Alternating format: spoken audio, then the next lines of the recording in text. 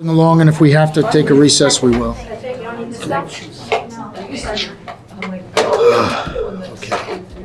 Okay. Jill? Arena, do you want to get us started? Yeah, you want to get started? We might as well. Let me just have 1 minute. Okay. Bonnie Knock? I'm so glad Alexis had a baby. I know. She's good. Tim Yeah, she's Smith? good. She's tired. Natural. They didn't have to, Okay. 1, 2, 3, 4, 5, 6, 7. Mr. Siegel, welcome. So it might be easier to look. Yeah, she said for the duration, they're gonna be up and. Yeah. Russell's not coming? They're ready. I'm sorry? Russell's not here tonight, right? Russell's not here today. South Africa. Oh. Wow, that's cool. Eric is skiing in Colorado. Right, and we're here. Why is it everybody's all? I'm sorry? Oh, South Africa? What are we doing? I don't know, to be honest, Katie, you didn't tell us. A lot. I don't know. Apparently. Oh. Yeah, I asked myself that. At 72, what am I doing assuming wrong? Probably one of the bigger places like Johannesburg. Gridley. I'm sure. To make it worse, my wife is flying down to Florida this week, and I'm here. All right, let's get started, everybody. 1307 here. Okay. Welcome everyone to the regular meeting of the City of Asbury Park Zoning Board of Adjustment. Today is Tuesday, March 8th, 2022. It is 7:07 p.m. Mr. Avalone, would you please call us to order? I'd be happy to. This meeting is being held in compliance with the Open Public Meetings Act, Chapter 231, Public Law 1975. Adequate notice of this meeting has been provided to the Coaster and Asbury Park Press by publication of the annual meeting notice and posted on the Municipal Bulletin Board and municipal website. All notices are on file with the board's secretary. Official action may be taken on the following matters before this board. To refresh everybody's memories, fire exits are located on the east and west sides of the council chambers, as well as the back of the building. I ask everybody with a cell phone to please silence them for the duration of the meeting, and this meeting is being recorded by APTV. Irina, please call us to order. Thank you. Daniel Harris? Here. Brittany Ashman? Here. Jill Potter? Here. Tim Slick? Here. Wendy Glassman? Here. Bonnie Knopf? Here. And help me welcome our newest member, Mr. John Scully. Welcome. Russell Lewis is absent. And finally, Mr. Avalone. Here. Thank you. Irina, who are the alternates this time? So our alternates are Bonnie Knopf, alternate number 1, and Mr. Scully is alternate number 2. Okay. And I would like to personally thank Mr. Scully for his service to the city and to this board. Thank you very much. All right, just some housekeeping issues. First, we have the minutes of February 8th. I make a motion to approve those minutes. I'll second. Thank you. I have a motion by Christopher Avalone and a second by Daniel Harris. I believe everyone is eligible to vote except for Bonnie Knopf, if I'm not mistaken. Is that correct? Yeah, I was not here. Thank you. All in favor? Aye. Any opposed? Thank you. Minutes memorialized for February 8th, 2022. So before we get started, I would like to take a moment of silence and reflection. If everyone would please stand for the people of the Ukraine.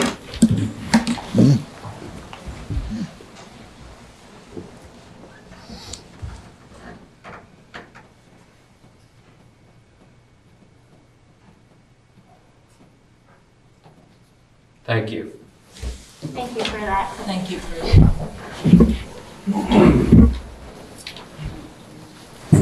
All right, we have one application tonight. That is 503 8th Avenue with Mr. Karras and Mr. Siegel. Mr. Karras, would you please come up and reintroduce yourself to the If board? I may, before Mr. Karras does that, I've reviewed the notices. They're in good order. We have jurisdiction to hear this matter this evening, Mr. Chairman. Thank you, Jack. Thank you. Pardon the interruption. If I may, Andrew Karras of the firm Fox Orchard on behalf of the applicant 503 8th Ave LLC. Before we get started, I just want to say it is a pleasure to be live before all of you. Glad to see that everybody is well, and we did it fortunately through appears to be most of the family. I'm here tonight with regard to property located at 503 8th Avenue, Block 3703, Lot 4. What we're here for tonight is a subdivision of the property and also for preliminary and final site plan with regard to the property. Just to give you a little background what the property, what we're dealing with here. Property is a very large parcel. It's 27,000, just over 27,000 square feet. That's 0.63 acres. There is an existing use on the property that is multi-family. There's a main house that has 5,775 square feet. 7 units or 7 residential units are within the house. A carriage house having 3 units, 1,864 square feet, and also a masonry shed of just over 500 square feet. There's also 10 parking spaces on the property. Property is located in the R1 zone.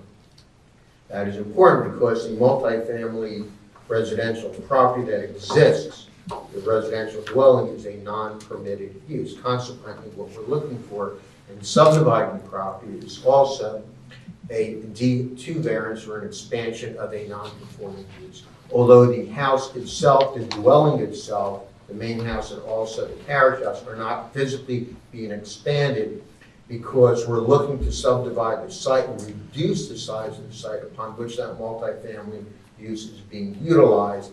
That then triggers a D2 variance as a non-conforming use. The proposal is to create 2 lots, 4.01, which has 19,500 square feet, which is the existing house, the houses, I should say, the main house and the carriage house. And then create a secondary lot, 4.02, which is 7,500 square feet. In addition to that, although there are 10 parking spaces existing, we would increase it to make the parking conforming for the multifamily use of 12 parking spaces and demolish masonry shed.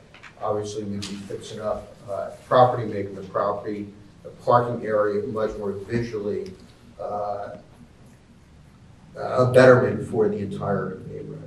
As indicated, there are D2 variances, D2 variance as required. The existing nonconformities around the property will not change. The lot that we're seeking to create, 4.02, will be conforming in all ways with regard to the zoning on that particular lot. We're not here with the plan because it is a single-family use. You don't need a site plan for a single-family house, although what we are proposing is that it would require no variance relief with regard to 4.02. With that being said, I have 2 witnesses tonight that I'll be calling. Walter Hopkins, who's both an engineer and a planner, will be my main witness, and I also have Peter Siegel, who's the principal of the LLC for the property. That being said, if I may. Please proceed, Mr. Karras. Walter, please raise your right hand. You solemnly swear testimony about to give in this matter the truth, the whole truth, and nothing but the truth. Yes, I do. Please state your name for the record, spell it, and tell us the 2 hats that you're going to wear this evening. Walter Hopkin, Hopkin, the owner of WGH Engineering, the firm that prepared the plans. I don't believe I've had the pleasure of testifying before this board. I have a Bachelor of Science from Drexel University in civil engineering. I'm a licensed engineer in the states of New Jersey, New York, Pennsylvania, Delaware, and Maryland. I'm a professional planner in the state of New Jersey. I'm also a certified municipal engineer in the state of New Jersey. I have been accepted as an expert before your planning board and surrounding communities such as Deal, Ocean Township, and Highland. Thank you so much. We accept your credentials. Thank you very much. Okay. We're going to call your client later as a witness? Okay. I'd also like to swear in Donna in case she has to get involved in the conversation. Please raise your right hand. You solemnly swear testimony about to give in this matter be the truth, the whole truth, and nothing but the truth? I do. Please state your name for the record Donna Miller, and your affiliation with the board. Clark Keaton Hintz, board planner. Thank you. Am I getting picked up on the, okay. Just speak loud. It's really far away. Okay, floor is yours, Mr. Karras. Thank you. Mr. Hopkins, you're familiar with the property at issue tonight, am I correct? That's correct. And you've gone to the property, you've observed the property. and you prepared plans relative to this property, am I correct? Yes. What I'd like you to do is take us through what is existing on the property, and then we'll go through what is being proposed with regard to this application. Sure, just as a matter of record, Mr. Karras did an excellent job of describing the property, but I'll briefly go back through it. It's block 3703, lot 4. It's located at the northwest corner of Grand and 8th Avenue. It's also known as 503 8th Avenue, and it is located in your R1 zone. It is an existing 27,450 square foot lot with one larger and two smaller dwellings, one being a shed. There are 10 parking spaces there. The parking circulation is a bit, I don't want to say convoluted, but there's kind of a one-way in, one-way out circulation. Do you know how long, Mr. Hopkins, this particular site has been a 10-family? I do not. Okay, go on. Thank you. Sure. And we went through, there's 8 one-bedroom apartments and 2-bedroom apartments. There's currently public utilities to the site. Stormwater generally grades or is directed in 3 different directions, out towards Grand Avenue, out towards 8th Avenue, and a portion of it does go to the northwest corner of the site.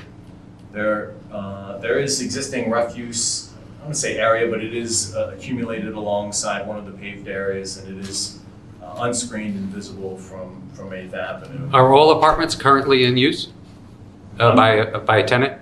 I'm sorry, sir, I don't have that answer. Mr. Siegel will be able to testify. Okay, thank you. The surrounding uses to the site to the north are high-rise condos, obviously, Deal Lake Tower, 500 Deal Lake Drive. That is your R3 zone, so the dividing lines to the north of this property. To the south is single-family residential uses located in your R1 zone. To the east is a mix of garden apartments and single-family residential located in your R3 zone. And to the west is single-family residential back to your R1 zone. We can go through proposed or? Okay, please. So what's proposed is an upgrade to the site. There's going to be carving off one oversized 7,500 square foot single-family residential lot. The existing large building and the carriage house will remain on a 19,950 square foot lot, which is almost double the required lot size in your R3 multifamily zone. Let's do this. You have plans in front of you, am I correct? Yes, I do. All right, let's mark those since we're going to be making reference to those plans. So the preliminary final major site plan and minor subdivision, what's the last revision date on that? August 30th.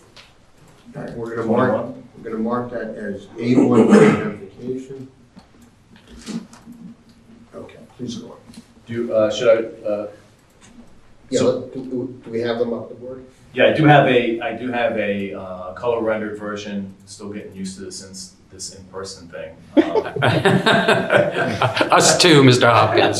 So I have a color rendered version of that plan with the aerial overlay. Do you have it, Irina? I do. I We'll just mark that printed as- this thing to work. but Share just bear screen. with I do me have good one old-fashioned second. Share reduced screen. paper copies There we go. for the board All as right. well. There you are. Don't worry about it. As long as you don't ask me to file share. we'll do So we're going to carve off an oversized 7,500 square foot single-family residential lot, leave 19,950. There's no new bulk variances proposed with this, and the new lot, the new single-family residential lot will be in compliance with all of your requirements. The shed along the western portion of the property will be removed. There will be 2. Is that a shed or a garage? It looks like a 2-door garage to me. But it has doors. I don't know that it has garage doors, No. from what I recall. It We'll have doesn't. Mr. Maybe it was Siegel- converted at some point. Mr. Siegel will testify to The neighbors seem to know. It's built. So with the- But the neighbors shouldn't be responding right now. So, Yeah, it's a garage. It's a garage. okay. Mr. Hopkins, please proceed. Yeah. What it is, I can tell you this, is that it's incapable of storing a car. So as far as parking, there are 10 existing parking spaces that exist there. What is it utilized right now as? I don't know. Mr. Siegel. that. Again, I'll offer Mr. Siegel, don't go into that. Okay. That's why he's here. Maybe we should switch. So with the reconfiguration of the parking area, currently there's, like I had indicated, a one-way in, one-way out through 8th Avenue. We'll reconfigure that to a one-way in with 45-degree parking along the 8th Avenue side. Then we will circulate out to Grand Avenue to a two-way parking area and perpendicular parking spaces in that area. Do we have that plan Next so we sheet. can put that up on the screen to show that? Yes, that would be sheet 3 of 7. 3. Yes. I have a question Yes. about that. What was your decision in doing a two-way apron instead of a one-way? 'Cause that's a huge curb cut. It could be just, it's easier accessibility instead of having to go around the block to circulate the site. The site would work as one way though.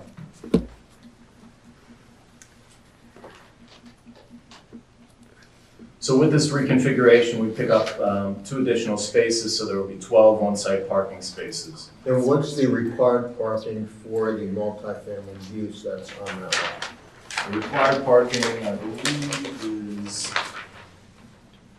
12 spaces. So by adding those 2 where you have parking that does not Yes, comply, yes. you would then be in compliance, am I correct? Donna, you have a question? Yeah. Or a comment? So, Mr. Karras had led off, and I noticed his rider to the application indicates the main house has 7 apartments, Yes, and the carriage house has 3 apartments. yes. The site plan says the main house has 8 apartments, and the carriage house has 2 apartments. Now, the parking calculation is based on the number of bedrooms. Right. So, Mr. Siegel might need to come in on this to let us know what the actual configuration is so that we can make sure we're doing actually complying parking. Well, can Mr. Hopkins answer that? Yeah, I believe I can. I don't know that we had the breakdown by building, but we do have that it's 8 one-bedroom and 2 two-bedroom, which would equal 12 spaces. Okay, so just depending on how they're in the buildings is the difference. Okay. Right, yeah, she was saying. Right, Wait, wait, but the parking requirement remains at 12, correct? Sorry, Peter. As long as that's the configuration of bedrooms, the number of bedrooms. We're not entertaining any from the, And Mr. Chairman, by the way, normally I do not like it when multiple witnesses testify at the same time, but there isn't a whole lot of people in the room. And we might, I don't think it'll get out of control. If you think you want to hear Mr. Siegel now, you can swear him in if that's your choice. well, I What would would you prefer rather- to hear from Mr. Siegel first, since I have had more questions so far for him than for Mr. Hopkins. All right. Mr. Karras, would you mind And having Mr. Hopkins Siegel can't answer sworn my in, and questions. then, and if it gets out of control, I'll go back to one first, then the other one Yeah, second. I have no problem. Normally, I go into the operations with my client after I go through what the plan is. I have no problem doing it that way. Okay. That's fine. All right. Peter, raise your right hand. Solemn spirit testimony about giving this matter the truth, the whole truth, and nothing but the truth. Yes, I do. Please state your name for the record, spell it, and your affiliation with the applicant. Yeah, Peter Siegel, Siegel. I'm a principal of the applicant. Thank you. Welcome back, Mr. Siegel, to the Zoning Board of Adjustment. I know you're familiar with us in every way. In every way. So I've had several questions, perhaps you can answer them. First, how long has this been a 10-family? Do you know? So, I don't exactly. I was in the house 30 years ago when I moved to town, and it was a 10-family. So, based on my firsthand experience having been in the house that long ago, it's been a 10-family since that time, and My goodness, yeah. that's surprising. It's an old, it's one of the older, larger Victorian-looking structures Right. in that neighborhood, and not dissimilar to what the How long have you owned it? a year. A year. And have you done upgrades to it already, or? No, that we're seeking to have this be the start of the improvement of the property. I mean, we've been in the planning and stages for probably 6 months. Getting our ducks in a row to come before you tonight. So maybe longer. Yeah. I heard you ask about the garage Yes. structure. Yes, to me, it looks like a garage, but I'm guessing. I hear the neighbors, you heard them too, say it was a garage. When we took over the property, it was filled with all sorts of stuff. Several owners ago, used to keep a car in there. We don't use it actively for anything. It's in pretty bad shape. It's not really usable, not even for storage. Like, we don't even want people going in and out of there. We had it slightly cleaned out just so that stuff wasn't protruding out. And we just, I'm assuming that was put on the site not too long ago, because it doesn't look like anything like the rest of the structure. yeah, I just wouldn't know. It's been there. It's been there as long as I can remember. And again, you may ask some of the neighbors that are here. They might know more than me. They look at it every day. So. Are all 10 apartments currently in use? All 10 apartments are occupied and in use. And there are 8 one-bedrooms and 2 two-bedrooms? Correct. And how are they broken up into the 2 buildings? There's 7 apartments in the main house, which is the larger structure, and 3 in the carriage house, which is the rectangular structure to the north of the main house. And what's the bedroom configuration? 8 one-bedrooms and 2 two-bedrooms. So everything in the main house is a one-bedroom, or No. some of those are No, there's a two-bedroom? 2-bedroom in the carriage house. A two-bedroom in the carriage Yeah. house? One of the 3 units in the carriage is a 2-bedroom. I used all 3 numbers. And are there actually 10 cars currently being parked there? Everyone's got, I believe everyone's got, maybe one guy doesn't have a car. I can think of one tenant that might not or probably doesn't have a car, but there's 10 spaces, and if not 10 cars, there's 9. Is that the guy with the motorcycle?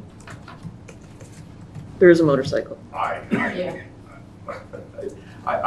know. Okay. Please, curious. the Yeah. public, please keep your questions and your comments until the end of each witness. I will then ask for your questions and comments then. Then you can cross-examine the witness, but not beforehand. I would appreciate it. Please proceed, Mr. Siegel. No, I'm unaware of specifically who owns what vehicle, or the motorcycle, or an alleged motorcycle. I don't really know that. Well, you've only owned the property a year, so I would expect not to have everything completely known to you, but you seem to know a lot about the property since you've seen it for 30 years. As much as you guys or anybody else, it's in our neighborhood, it's in our city, so Right. it's a big corner property, it's quite large, and it's, And you have a lot of COs for attractive- each apartment? Of course, Okay. yeah, You can produce those?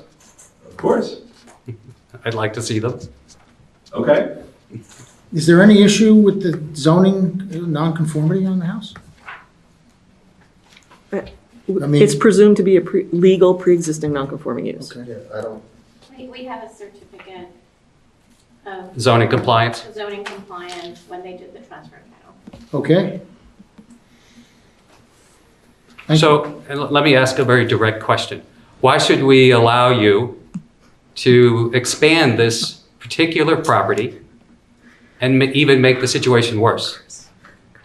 That's a great question. I'd love to know what situation being made worse, though, if you can Well, clarify. it's already a non-conforming use in a single-family neighborhood. Right. So you're asking it to become an 11-family. No, I'm not. the site is not an 11, it won't have planning testimony to support, under the case law, the application. That's why we have a planner here, in addition to Mr. Hopkins being an engineer, because there are cases that are relevant to how you look at this type of application, whether or not you can meet that criteria. When you look at a D2 variance, it's an expansion of a non-conforming use. Most times when you talk about a non-conforming use, we're looking actually to expand a business or expand the size of a building. Here you have a lot that's 27,000 plus square feet. 47. The lot size here is 5,000 square feet. You're reducing it by 7,500 square feet.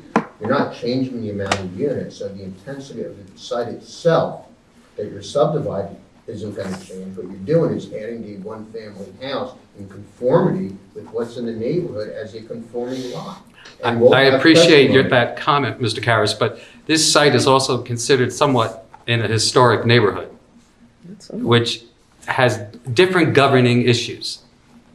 Such as, Can I- what kind of governing issues? Well, I would think that Donna could help answer that, but as a historic neighborhood, we generally don't like to change the configuration of the property.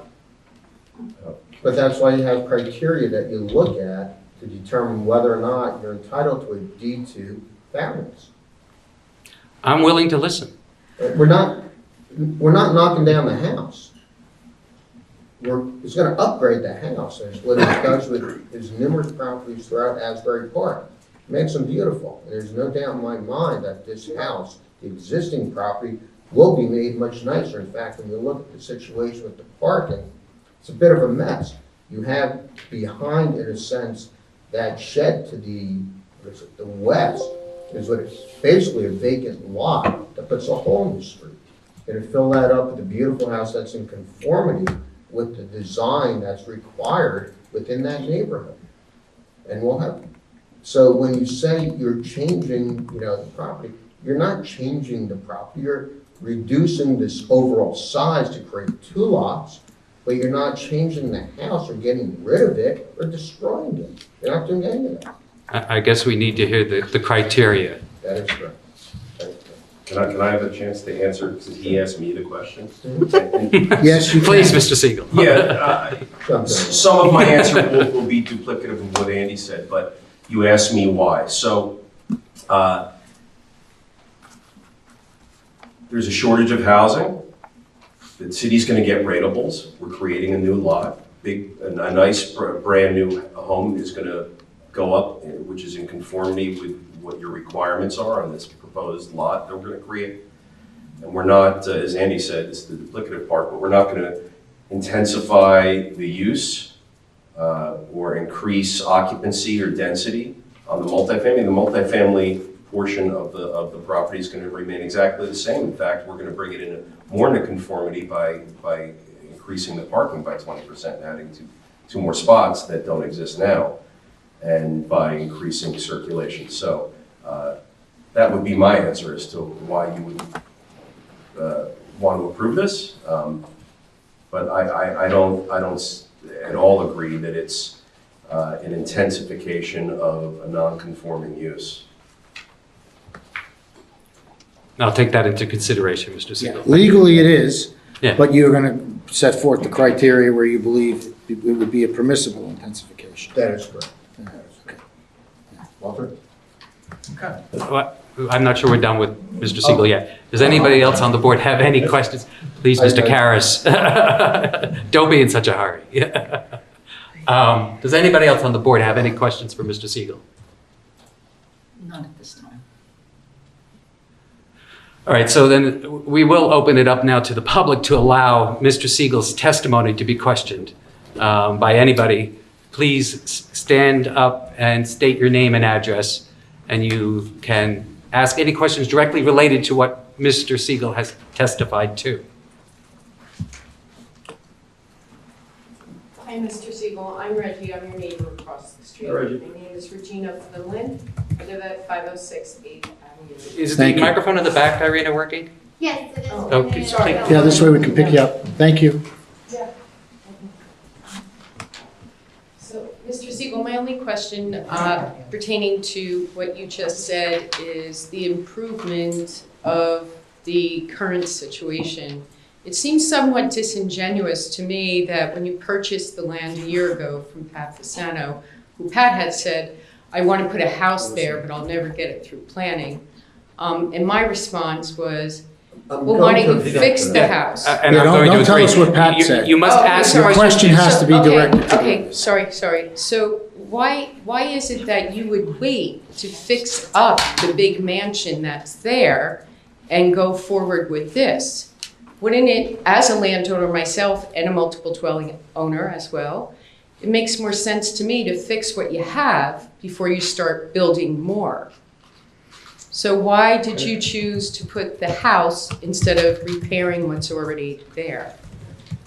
Okay. Okay. So, a few things in no particular order. We've had it for a year, a little over a year. We have immediately started making repairs and fixing the property. I mean, it's not like we haven't done anything. If you drive by the outside, you won't notice anything, but we've been upgrading kitchens and bathrooms in the apartments and have done other things in the interior of the building. So, to address your question about why I would wait to fix, I mean, we didn't wait. I mean, quite immediately, we started spending money on upgrading the interior of the building. Number two, as I mentioned earlier, we've been engaged in the process. I want to say we started probably in April or May. I mean, Walter might be able to confirm, but I mean, it's been probably, I said 6 months earlier, but it's been maybe even 8 or 9 months since we've been in the planning and design process to be able to come here before everybody tonight.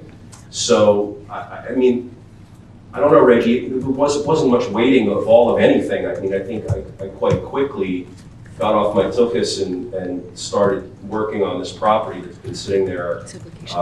You know, the guy before Pat didn't do anything to it. You know, Pat didn't do much to it. I rather quickly started improving the interior of the property, the apartments. We wanted to create more parking, which is always a great thing. Obviously for the city, you guys know, in our neighborhood there's, especially in the summer, it's nuts for parking.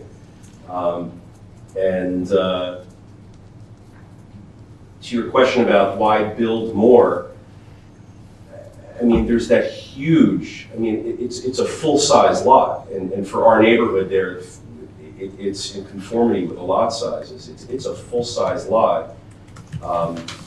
We need housing, we need rateables, and it seemed to me, honestly, it seemed logical, obvious, and a no-brainer to come before the city and ask for permission to create a legal lot out of there so that a house can be built.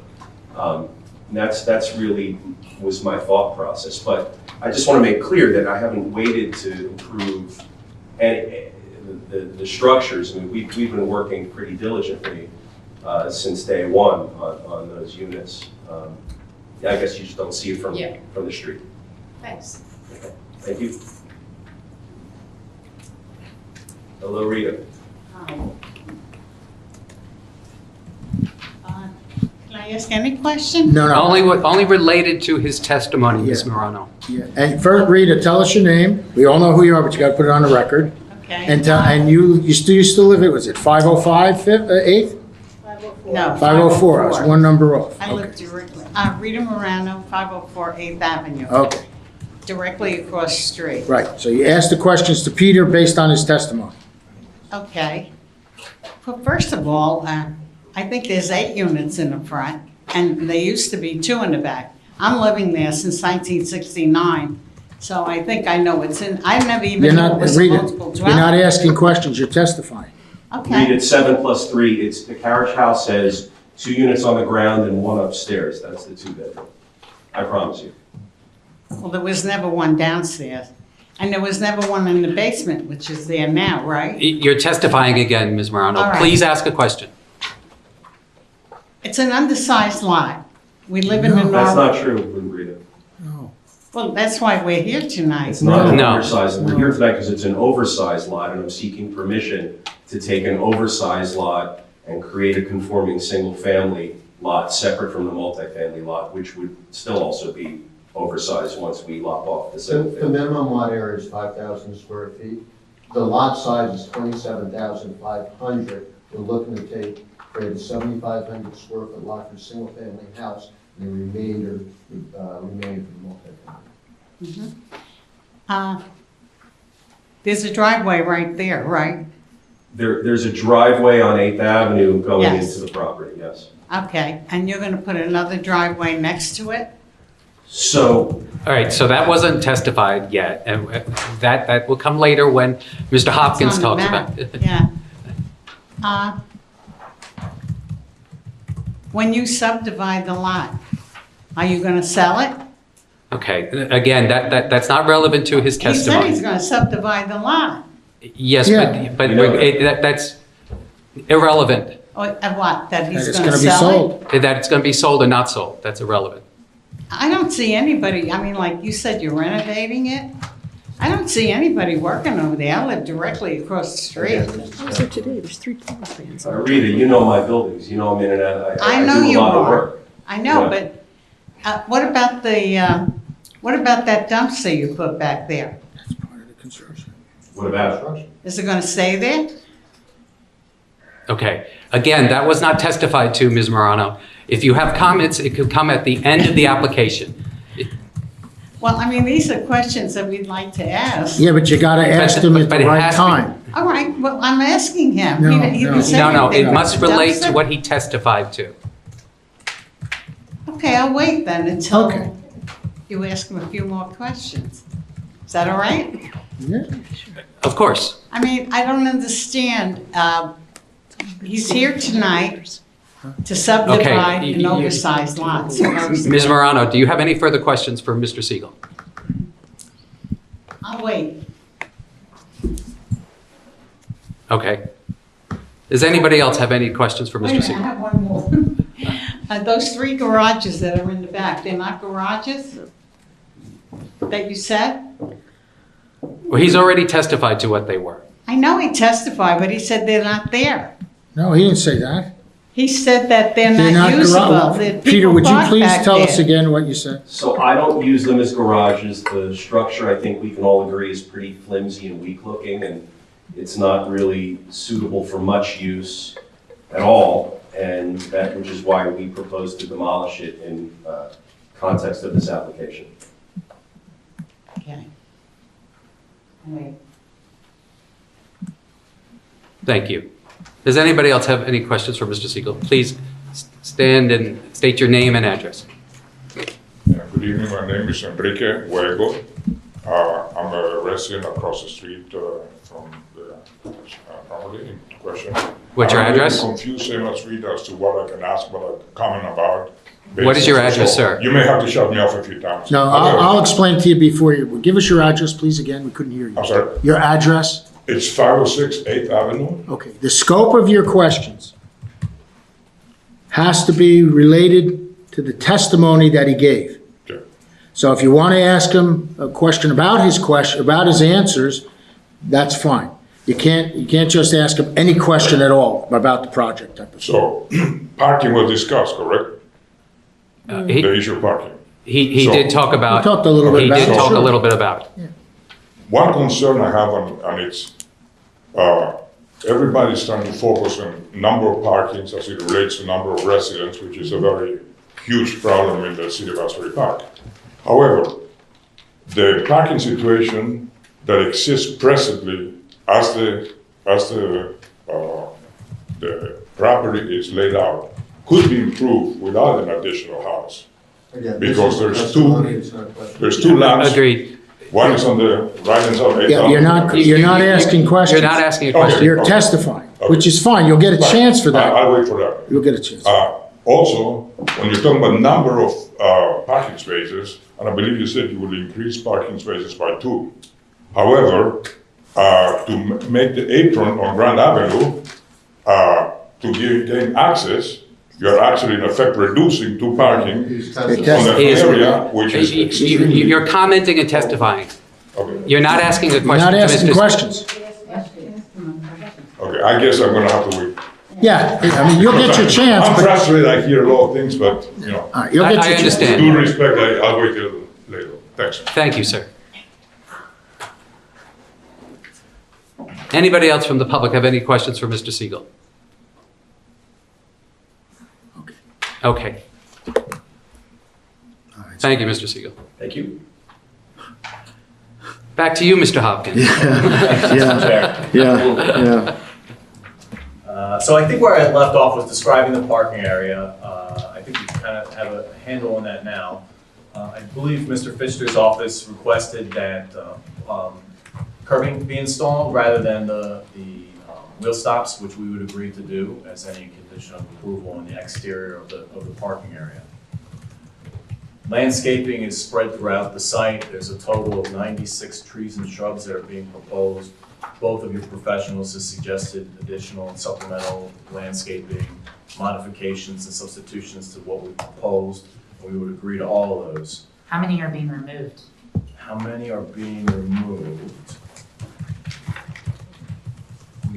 There will be 3 trees along 8th Avenue, I believe. And have you gotten an arborist out there or anything to see it with the condition of those trees? We have not. Why don't we do this? I'll go through the comments because I think there's a comment about one tree to be replaced, which will be fine. Well, they're just old trees, so when you say you're not making the site any worse, to me, that's something that's making the site worse by cutting down 3 healthy, mature trees that Asbury Park doesn't have a lot of anymore, especially on that side of town. Well, we'll go through the landscaping portion of the planner's report that addresses a lot of that stuff. Can I just ask, I'm sorry, Walt, can you just walk through the parking design just once so we've got it all well understood? Sure. So it'll be, as proposed, be a one-way access on 8th Avenue utilizing the existing curb cut. There'll be a 12-foot driveway aisle with 9 by 18-foot, 45-degree parking spaces. There was a question with regard to whether that complied with the ordinance and the angle because it wasn't dimensioned on the property, on the plan, and it does in fact conform with your ordinance. Which is what? Excuse me? What's our ordinance requirement? Your ordinance requires a 12-foot driveway aisle for a 9 by 18 and 45 degrees. Okay, and then what about the turning radius? So This is more maybe towards Jason. What's required by our code? For a turning radius? Let's get Jason under oath. Please raise your right hand, solemnly swear testimony about the giving this matter with the truth, the whole truth, and nothing but the truth. I do. Please state your name for the record, spell it, and tell us your affiliation with the board. Jason Fichter, Fichter, Board Engineer. Thank you. Welcome, Jason. Nice to see you. Sorry, wait. That's okay. So what is the, Turning radius, the requirement there, if we were concerned about the ability for vehicles to move through, is they would provide us a plan showing how the vehicles would make that movement. and they didn't do that? We could do that as any condition. We have no objection to that. Yep. Are your parking spaces going to be numbered? Are your parking spaces going to be numbered as per the apartments? That's a Mr. Siegel question. He's still on the oath, right? Yeah. Yes. Yeah, I haven't given that part thought. I'm happy to number them if that's what you guys would like, or I'm happy to not number them. And we manage parking for our properties pretty effectively through parking stickers and various forms and whatever, but whatever you want me to do. I would like to see the parking spaces numbered. And a sign, Excuse me, and sir? a sign. Yes, side for each unit. Okay. Parking No space. objection at all. That's fine. And will there be a need for handicap spot? I'm- Will there be a need for a handicap parking space? When you say need, Or any of your tenants? no, none of my tenants, thank you, sorry. None of my tenants are handicapped. Both the main house and the carriage house are very old and don't have any handicap accessibility features. They were constructed well before handicap accessibility came into the code. So we have no handicap tenants that could access units or anything like Is that. that a requirement though, for non-residential, or for residential? Yeah. So they have to provide one, right? One van accessible. One van accessible? I mean, As a 10-family, Donna, doesn't this require some state inspections as well and fire codes and yeah, sure, it's a sprinkler multifamily systems dwelling, and- he's got to register with the state, but, you know, Unless you're asking. Yeah, we can fit a handicap space on it, we can convert. Are you going to require a ramp? We're not required to have a ramp, we can't, and the way the site is, it's inaccessible anyway, within the interior. If you provide a handicap spot, would you be losing a spot? No. You can still fit it No, we on. can squeeze an aisle and shorten the spaces. Okay. I think both of you may have had good suggestions on that. You're welcome. So continuing along, okay, Mr. Chair? Please. So continuing along to, I guess, the northeast, there's a driveway aisle that then circulates towards Grand Avenue. With regard to the turning radius, I can say to the member that we do internally check that. We can provide that as a condition of approval, but it does have a certain safe turning radius. Then it transitions to two-way along those parking spaces along the north property line. There's 7 spaces there.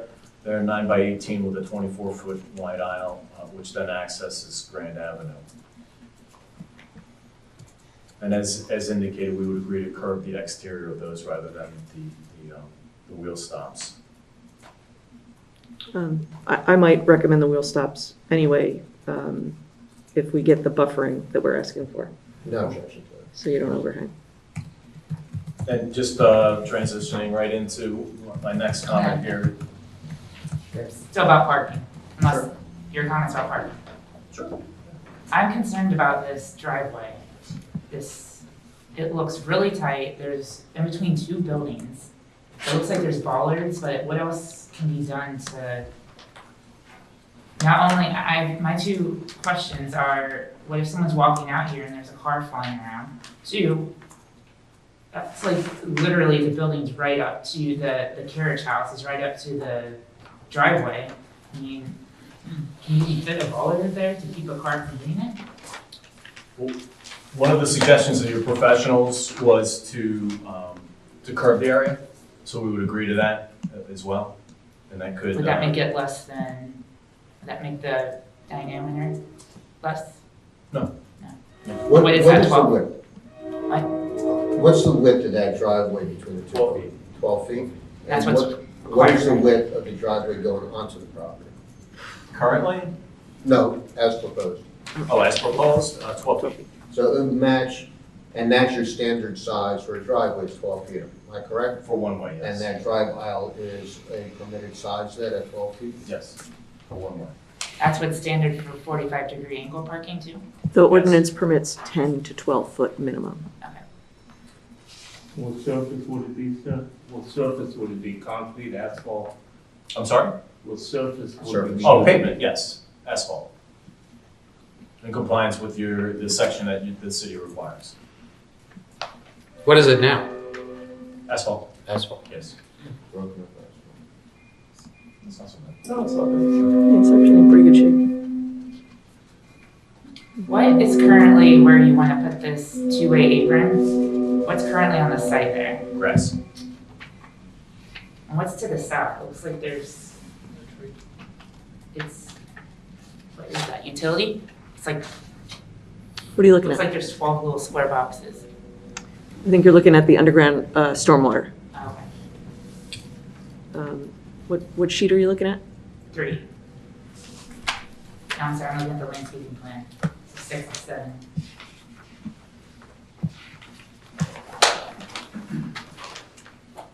Yes.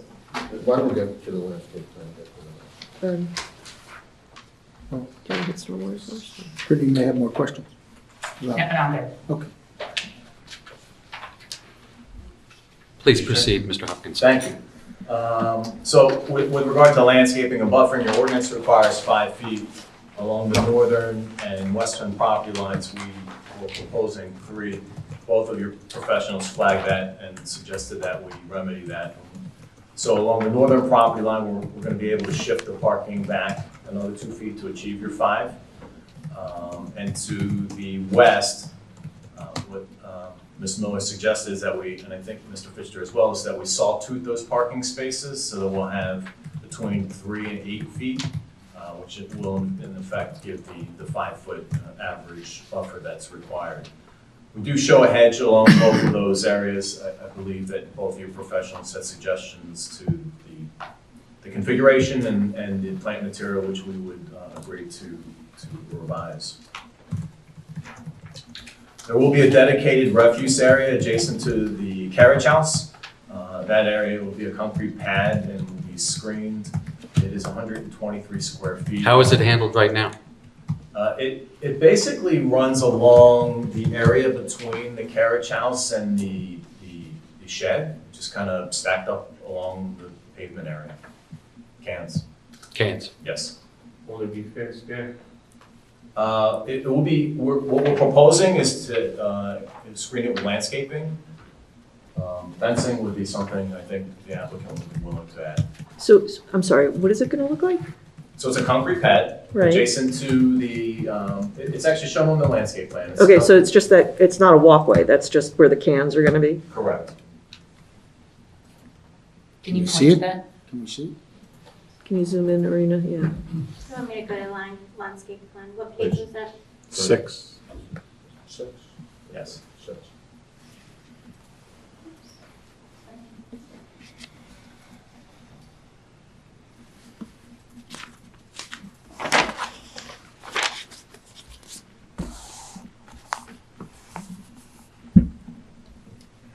And how many, Mr. Siegel, do you know how many trash cans you currently offer them?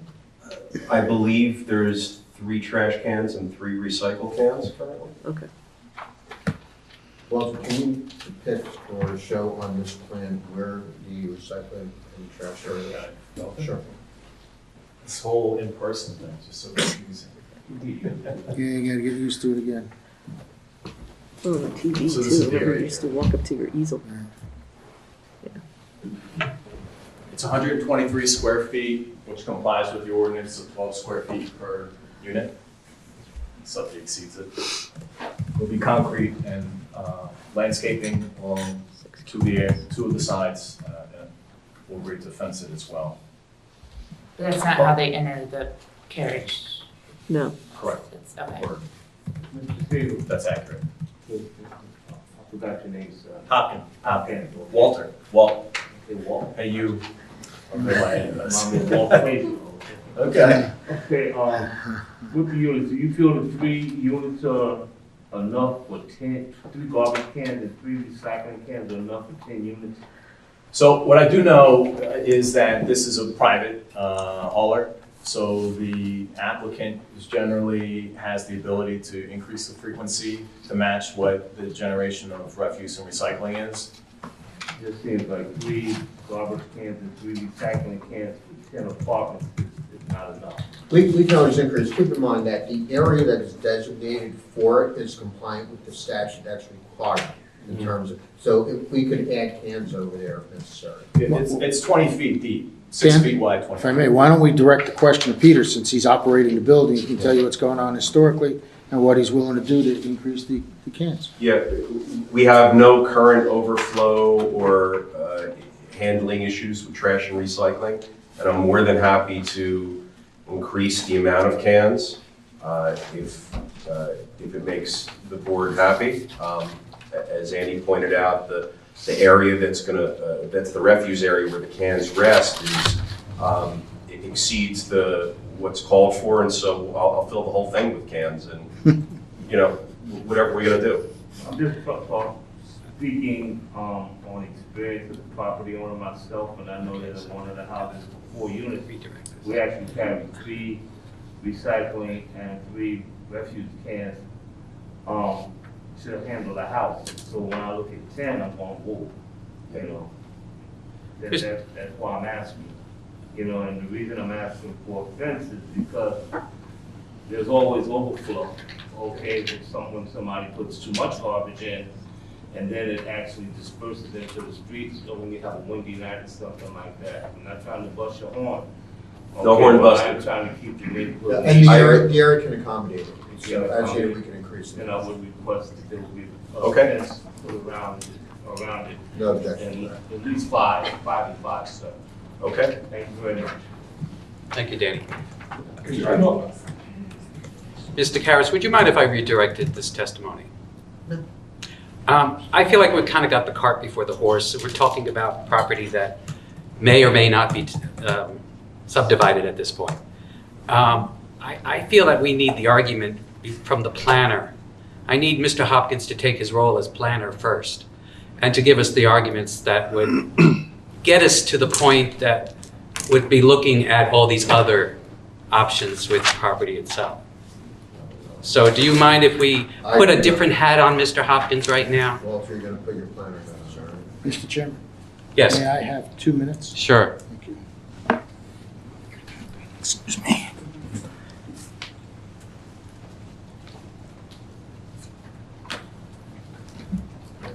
Recess?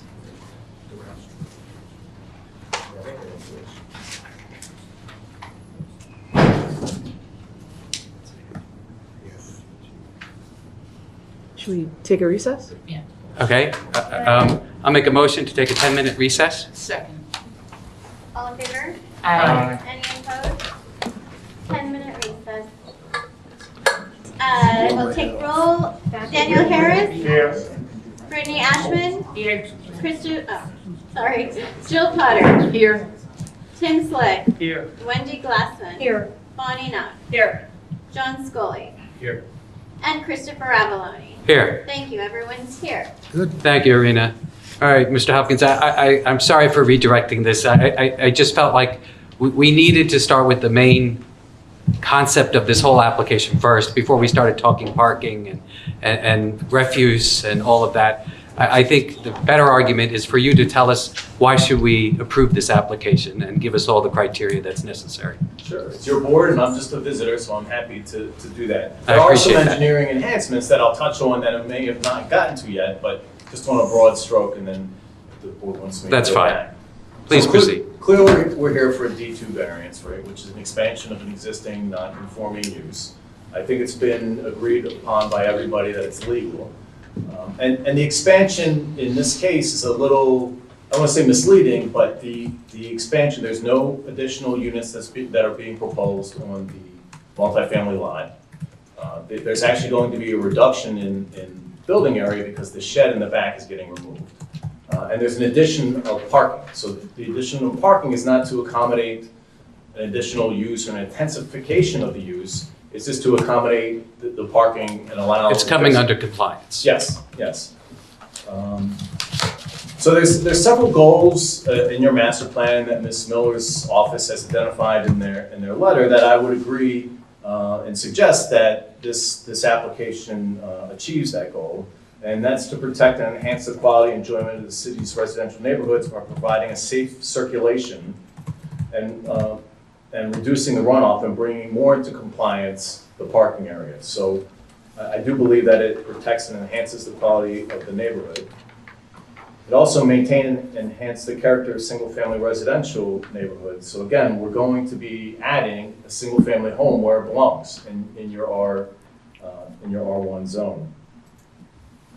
Your ordinance also looks for opportunities for infill development, which this is a perfect opportunity. As Mr. Karras says, and I agree, as you drive by this site, there is kind of like a vacant lot to the west that the home would occupy. Although the lot size is being reduced, just keep in mind, it's double the requirement in your R3 zone, which is your adjacent multifamily zone, almost double of what would be required. The density in the adjacent R3 zone is 50 dwelling units to the acre. This is 21.8. The additional parking allows for more on-site parking, relieving the burden on the adjoining neighborhood. We're also below on floor area ratio, building coverage, and impervious coverage with the reduction in the lot area. As far as positive criteria that are being achieved with this, the parking area is going to be organized, it's going to be much safer, it's going to allow for better fire circulation, God forbid anybody should have to go through there. It eliminates the one-way in and out on 8th Avenue, which really isn't the safest of conditions. There'll be significant landscape enhancements. The refuse area will be screened and formalized, and the stormwater management, which I hadn't gotten to yet, will be reduced. So there'll be a reduction in the runoff from the site. As far as negative criteria, again, we're reducing the building area by removing that shed in the back. We're bringing it more into compliance with parking and in addition of the single-family residential home, which is in conformance with your zone. We're not intensifying the use, We're simply just moving the lot line over and allowing for an increase in parking. I think that's more of an opinion than a fact, but go on, Mr. Hopkins. No, So as a planner, I would be his giving your opinion. Yes. And as an engineer, I'd be giving you a fact. So this hat gives you an opinion, and I offer it to the board for their consideration. So my opinion as a professional planner is that we haven't gotten to the C1 variances, and I'm not sure the board maybe will go back to that. There are existing variances. It's existing non-conforming. They're existing Yeah, non-conformities. okay, but they're not being exacerbated as a result of No. this? Okay, all right. Now, I don't want the board to be misled into thinking they're additional C variances. No. Okay. But just for the record, Go just to ahead. be clear. No, that's fine. So for the D2 variance, as my professional opinion as a planner, that the variance can be granted because I do believe that the benefit of organizing the parking, the aesthetic enhancements that you've heard would be proposed, the addition of a single-family residential lot in a single-family residential zone, and the other reasons that I've stated above outweigh any detriment, substantial detriment of granting these exceptions. And that's the special reasons that you've just gone over, am I correct, under a D2 variance? That's correct. There is also case law that I want to bring to the board's attention. There's one case in particular that's really the leading case that has to do with this. Asbury King versus Kingwood Township Planning Board, 250 New Jersey Super 324, 1991. And this had to do exactly with this type of situation here, where you're taking a lot to subdivide that has a non-conforming use. And what the court had indicated is you're doing a balancing test. You're looking to see whether or not there is a substantial versus insubstantial impact as a result of the subdivision. And what the court said is you're looking to see whether or not you're increasing the conflict between a non-conforming use and the surrounding conforming uses as an expansion of the non-conforming, basically. So what you're doing is you're looking at whether or not there's an increased conflict that you're causing within the surrounding neighborhood. Now, in this particular case, what they were looking at, and one of the things they focused on was, well, if you have an industrial use and you're reducing the size to create subdivisions and creating residential houses around it, it's in a residential area. And in that case, you were decreasing buffers, so you had the residential homes that were closer to, in a sense, this industrial use. Here it's a lot different, and what the court said is you look at what those special conditions are. You look for, as Mr. Hopkins had testified, those special reasons as expressed to whether or not it satisfies this criteria. In this particular case, are you creating a substantial increase in the intensification of this site as opposed to something that's more insubstantial? Here you're not talking industrial, you have an existing residential. Are you impacting the buffers? One of the things that the court looked at when you're reducing the size of the lot. Well, you're not reducing the buffer, certainly on Grand Ave, you're not reducing the buffer that is existing on 8th Ave, and the rear buffer you're not reducing. The only buffer that you're actually creating is when you're adding a one-family house to a lot. That's it. So is that a substantial increase or intensification as a result of that buffer that you're creating with the adjacent lot? And I would submit it is not. And you look at those reasons, the special reasons for a D2 variance, as Mr. Hopkins had explained, what is being accomplished here? Well, you have your streetscape. You have all these one-family homes that exist within the street. You, in a sense, have an odd lot, and that's one of the things they look at. And in the Asbury case, you have something of an odd lot. The size of this lot in the R1 zone is relatively odd at 27,450 square feet. Reducing it to just under 20,000 square feet still leaves a very large lot, but it also creates a lot to add housing that is fully compliant with the code. So when you take that all into account, putting the parking on site, upgrading the adjacent property, and aesthetics is one of those things that you can look at for special reason under a D2 variance. The aesthetics of creating better landscaping within the site, by creating a better parking flow. So are you saying, Mr. Karras, that he cannot upgrade his site currently unless he subdivides? No, he can, but it's all part of what he's doing. By doing the parking, what he's doing is, it's all part of the applications. One application that he's doing to make the site better. And he's doing it because he's cutting off, he's not going to utilize, it's basically an empty lot adjacent to it. But it's all part and parcel of the entire application to upgrade what he's looking to do. And so you're looking at all these different conditions that we're looking to add to the property, all these reasons that support it, and then you measure it out. Whether or not there's a substantial impact on their neighborhood by subdividing this one lot off to create a one-family home. Excuse me, it would be a substantial negative impact. A substantial Not just an negative, impact, but it has to be a substantial negative. impact. Thank you. Whether or not there's a substantial negative impact on the neighborhood by creating one additional lot. Or is it relatively insubstantial by doing it? And that's the balancing test that you're looking at for a D2 variance under this case. So I have a $1 million question. Please. I may not have $1 million answer, but I'll try. You're saying that similar to that case law, by subdividing this, you're bringing in a single family house, so you are making the site better. Is that essentially what you're saying? You're making the entire area better by taking that what is a vacant lot, adding what the neighborhood intends to have, single-family homes. So you're creating more single-family residential properties on that lot. So you are making it better, but you're looking at whether or not there's a substantial negative impact. Right, but what stops you from coming back and getting a variance for a multifamily on that property? I can tell you. If we approve it with You- conditions, Come here. is it? You will stop them because they're going to put on the record that it's there for a single family. And the only way that they could come back is to this board, and they would have to face you again, and they would have some very difficult time, even though Andy's a good attorney, they have a very difficult time answering these questions that they just gave you affirmative answers that that's not what they intend to do. So you would not have to approve that. I could say pretty well confidentially after 44 years of doing this, that if Andy came back in or Peter came back in and they wanted to put a multifamily on that single family lot, I don't think you should spend a lot of time. I can be pretty listening to- confident that's not one that I would handle. I don't know, we don't usually see subdivision because we're zoning Right, boards, so yeah, that's why it's, I'm asking. we see it over at planning quite frequently. Yeah. The infill of lots does make more of a, gives you that visual impact of continuity in the zone, and especially if the lot is going to be conforming in all respects, okay?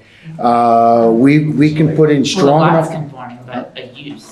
The use, absolutely. We're doing this as a Yeah, subdivision. for a single-family use, which is a permitted, only permitted use in the Right, right, R1 right. zone, we would put in enough conditions and enough representations by council, planner, and the property owner that I would ensure that there's no multifamily application that's gonna get approved for that piece of But property. that's not what this application is. Yeah, it's not. This application This- is for a one.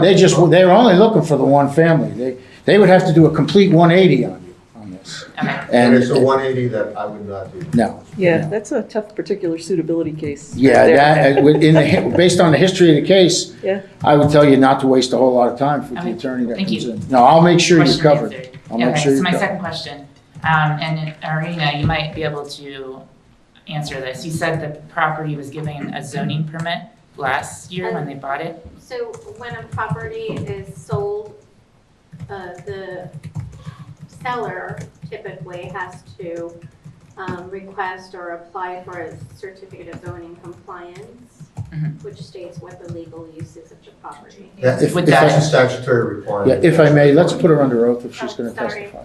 I'm sorry, I didn't want to interrupt you, I've already spoken enough. But please raise your right hand, Irene. Solemnly swear the testimony you've given this matter to be the truth, the whole truth, and nothing but the truth. I do. Please state your name for the record, spell it, and tell us your affiliation with the board. Irina Gasparian, zoning board, board secretary, as well as planning You can put your hand. department clerk. Okay. Do you have that, do you have the TOT? We might actually have it. Let me see if I can pull it up. But on the transfer of properties in Asbury Park, there are certain requirements they have to satisfy, and one of those is that certificate of compliance. If Which it is a zoning exists. permit. What's that? If it exists. Well, yeah, we've been through where people We've come been in. through many that have not existed. but They're pretty good now. Yeah, well, it's Well, they only go not, back so far. it's when people come in trying to establish non-conforming uses that we go through fits. not- Typically, yeah, this not type of typically this sort application, of thing. they don't have anything, typically. I can't. Did you access represent it. Peter when he purchased the property? I don't do closings. Okay. I I can't can- Lucky access- you. I'm sorry, I can't access it, but I can easily go get it. No, it's okay. I just have a question for Okay. you. So the city wouldn't have issued a zoning permit if the use was ever abandoned, right? Correct. Correct. Okay, I understand. Yeah, I'm sorry, I didn't mean to interject. And but just- Having been through this so many times. I just wanted to double check because that's one of the Oh, yeah. And criteria for I granting believe a I D2 variance. passed Press recently, that, You did confirm with me. I- That was I did one of my confirm. main questions to Irina before we Yeah. proceeded with the and application. it was So, done I- recently within the past year, I believe, right here.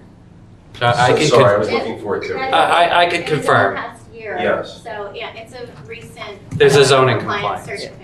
Mhm. And it did state a 10-family use. which was my main question. It's 10 families, it's not like 8 and we created 2 illegally or anything. I understand that, Mr. Siegel. Thank you. Those are my two questions for now. My $1 million answer. I want to make sure you're not going to build a multifamily. I agree, it's a good That's the point, point of and we No, will but the certainly. application we came in for is for a one-family on that side. Yeah, you just have to know that we aren't familiar with. So after Myself that, included that with That's okay. subdivisions. That's Yeah. why I'm particular here. case study, does Mr. Hopkins have any further testimony regarding the criteria? Just a summary, that in my opinion, there's no substantial detriment to the neighborhood, the city's zone plan or the master plan, if the board were to grant the D2 variance. Are you going to talk more engineering? Well, let's get the questions for planning first. Do you want to separate them? Yeah, we're gonna, split. He's gotta be 2 people, so. Do we usually do that? So, Whatever you. Well, sometimes, I don't know. This is a I mean, unique what case is for the you best guys. approach? I mean, I've never had a planning engineer, I've had planning. No, we do all Oh, the it's time. quite, it We do all happened, the he's been before the planning board on, a lot of occasions, so, we just make it simple. We keep it just keep it simple and logical. If you think you want to hear the planning testimony, you already have that. So I assume you're just about finished with that, when you I just think he gave the finished. summation. So then, let's. So do we have any questions from the board regarding his testimony on planning? I just have one. The parking. Just that's not planning. That's why I'm like, Oh, we that's shouldn't part of separate it. it. It depends on, This could still be in planning. it depends on the question. Depends on the Sorry. question. So you have it as a two-way on Grand. Well, maybe not. No, no, that's not planning. And that's not, So, yeah. So okay. go there. I'll sit back. So again, picture it as, right? The use is non-conforming. Does it have any aspects that are perceived as negative that can't be handled on the site? So I know you guys are very concerned about the parking. I mean, I want to hear more about stormwater, but that's back to Okay, engineering. great. So if you're fairly confident that, I'm not convinced. okay. So that's the thing with separating the engineering part from the planning Exactly. part. That's why You I'm might not need convinced. more of the engineering part to feel comfortable that they can accommodate all the problems on the new lot. If not, then talk amongst yourselves. I think it was his job to convince me why, and I'm still not convinced. Okay. When you put in the curb cut, where you're gonna have two-way, one entrance and one egress, are you taking away parking space on the street, We are, along Grand, yes. which affects the community while not affecting the landowner? So that we're picking up 2 spaces on site. And losing one on the street. Correct. You know, I said it helps the landlord, but to people who live in the neighborhood, they're losing in parking space. Well, I would challenge that, because your ordinance requires 12 parking spaces, assuming that your ordinance it is in touch with reality, which I believe it is, there could be 12 people wanting to park for that building, and 2 of them are trying to find spaces on the street. So we're accommodating them on site rather than them taking up spaces in the neighborhood.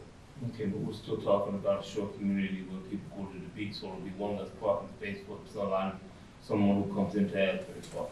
Well, again, I would challenge that. I would challenge that would be occupied by one of the occupants of the building who can't park on site as the site currently exists. A little sticky, Exactly what I want to read. design-wise.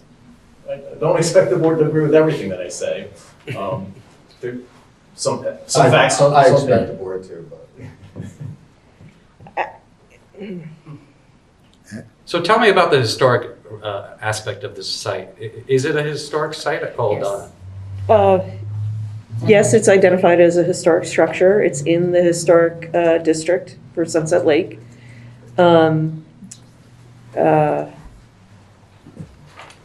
You know, they're keeping the historic structure as part of their development proposal. But wouldn't that include maintaining the property a certain way? I'm not sure what you're getting Well, at. to me, it's a front yard that's going to be taken away, and a structure is going to go right in front of it. And it's going to I'm sorry. obstruct the view and the entire look of the property. There's no structure in front of the building. They're proposing to maintain the existing driveway almost configuration on 8th. Mhm. They are making an alteration to the building, and we can talk more about Right, that they're losing. with the portico, but, Yes. you know, maybe it can still remain. But there's nothing about the rest of the proposal that affects the historic structure. I mean, you know, we've more or less heard that Mr. Siegel's, you know, going to invest. He's investing, he's going to fix up the inside and the outside. And that's going to be retaining the architectural integrity. But there's nothing about any of the proposed, like the parking facilities really don't impose on the you know, the main building, the carriage house. Yeah, the parking gets tight around that building, but that's not the one, you know, historically people are concerned about. Right. The view on Grand will be effectively the same. The yard area in that north quadrant will be taken up by more parking. I mean, if you're willing to sacrifice parking spaces or make it a little more complicated to maneuver, you could eliminate the driveway on Grand and make it a stub. Just have people, you know, back up and go back around out to 8th and retain that yard-like effect along Grand Avenue and not lose your parking space. You're saying not do it drive-through? It would all be circulate on site, not go back out. But, you know, there's things about that design that are gonna make Walt and Jason twitchy. But again, I mean, it's a lot of units, but I mean, we're talking about a very low turnover parking situation, right? People go to work, maybe it's different hours, whatever. It's not, you know, 10 3-bedroom multifamily units. It's probably 10 people with 10 cars, right? Not, I mean, yeah, it's not like your single family house with 2 cars, but it's not, they're already there. They're not new. They're already there. They're already using the property that way. So if we were to approve it, can we put a condition in there that the single-family house would have to have its own parking? It already does. Yes, it does. It has to. That's- Absolutely. That is a And requirement. it has to comply with any historical architectural guidelines within the zoning ordinance as well. Yeah. Yeah, no, it would have to be fully compliant. Yeah, and depending on the design, it might even trigger the new stormwater regs. So it might have to do some Right. on-site retention, you know, storage or whatever. It's not, you know, all they're getting permission for is we get to build something on this lot, but whatever we build has to totally comply with whatever the rules are for R1. Yeah. The thing that's, again, with Walt trying to wear the 2 hats, some of the things he wants to talk about from an engineering perspective are what help him make his planning argument. He can accommodate the parking. He can do things with the stormwater so that when you take that area away for the new lot, the multifamily still works just like it does now. Maybe a little better in some respects, maybe a little worse in some respects. Hopefully, as a balance, better. In the D2 line of cases, typically zoning boards, when looking at any D variance, they don't look too much at the picture. You know, it's more of a pictorial thing, more of how it looks on the streetscape. But in a D2, where you're increasing, where you're forced to consider a D2 variance for increasing a non-conforming use, the visual within the neighborhood becomes relevant.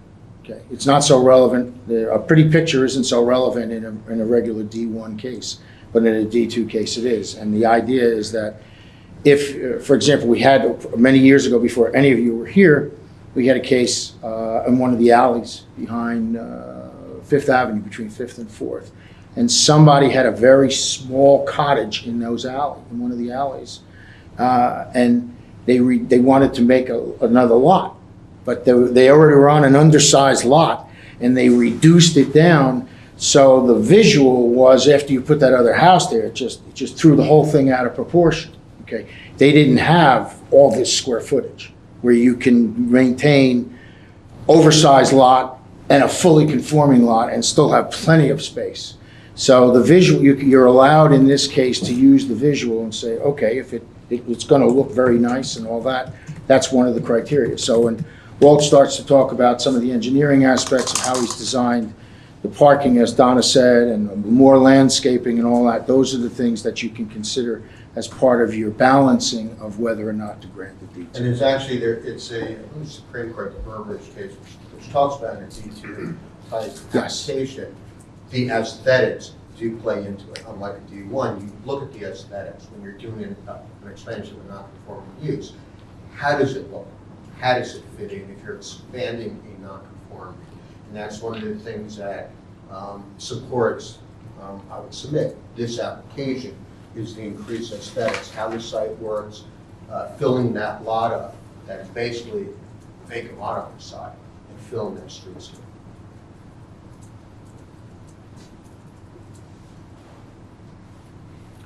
Does it, please, Mr. Hopkins, you have something to say? No, just which hat, the chair, if you're ready for me, which I assume you're done with your planning part. Unless there's, I don't know if you're going to open it to the. Yeah, well, it might be, since he's going to wear two hats, let's get two sets of questions, because it's going to be all over the place. Which is why my best. Exactly, I knew I could read it. So I would say, first, if the board doesn't have any further questions for the planner side of Mr. Hopkins, we will assume that Donna has asked all her questions, correct? Yeah. Okay, let's open it up to the public for Mr. Hopkins' testimony on the planning side. What he specifically said, the criteria for the positive, negative of approving or not approving this application. Yes, I know. I kept hearing the word All right, substantial. you need to say your name and address again. Enrique Wegel, W-E-G-E-L, live at 506 8th Avenue. Where background, I happen to have 2 degrees in engineering, Bachelor of Science. So I'm very familiar with what's going on. They don't happen to be in civil engineering, they're in mechanical, metallurgical, but they're there. And one of the concerns, major concern I have, is we're talking about the impact that the new lot would have on the overall application. However, I keep hearing the word substantial, that there is no substantial impact. But the density of the existing lot. It has to be a question. This is. It sounds like he's getting to a question. I think so. I think he's getting to a question. Let's indulge a little further. Yeah, keep going. Please Yeah. proceed. Okay, so based on substantial, the density of the existing lot and its grandfather is 25% over allowable. By subdividing the existing lot into 2 lots, the density of the remaining lot, where the house is, becomes 150% higher. Now you're testifying. You got to get to the question. What's your question? Okay. What's the point of your? Okay, the question is, when you say substantial and no impact, Yes. how can you say 150% increase in density is not substantial? That's a question. He's the planner. No, but All right, let's, one thing, let's. I think Mr. Hopkins needs to explain a little bit Yeah, well, wait, more. I think Donna may No, have. no, let them. Okay, let them- go ahead. All right, go ahead. Can you explain the Tell them why you density think it's situation? insubstantial again. Keep in mind, density under the amended ordinance, we don't look at density, we don't look at FAR. That's- Go ahead. I understand. What I testified to was that the density of the remaining, so the single-family lot is conforming, so density is not an issue, right? It's an No, it's not, oversized. well, it's grandfather. No, don't argue with him. He's gonna, let him answer. You may not like the answer, but that's the answer. Okay. So the proposed single-family residential lot is substantially larger than what's permitted, so density is not an issue with that.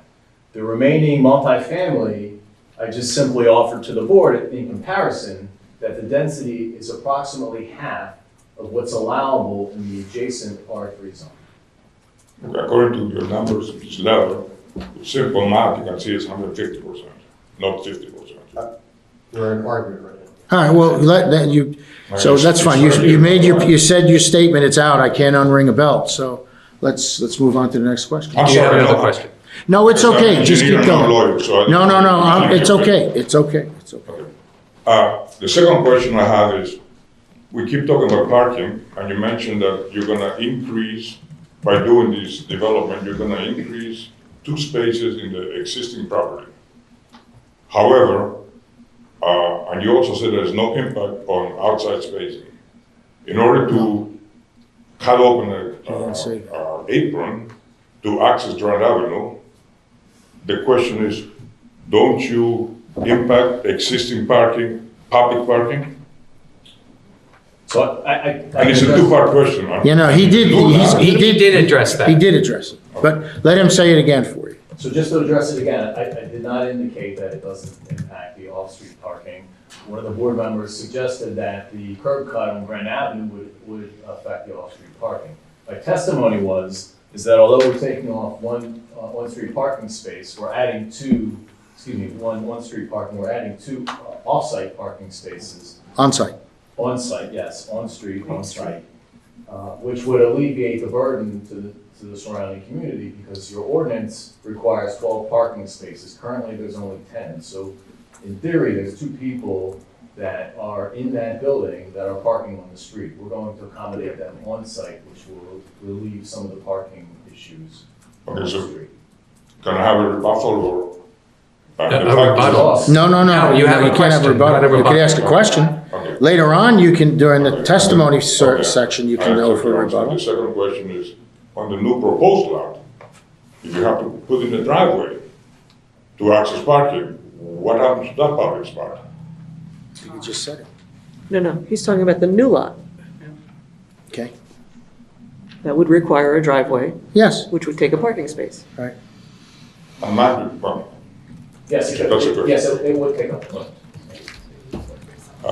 another question I have is, when you talked about improving landscaping, how will you, or what can you possibly do to improve a 100-year-old oak sitting on the middle of that proposed lot? That's a question.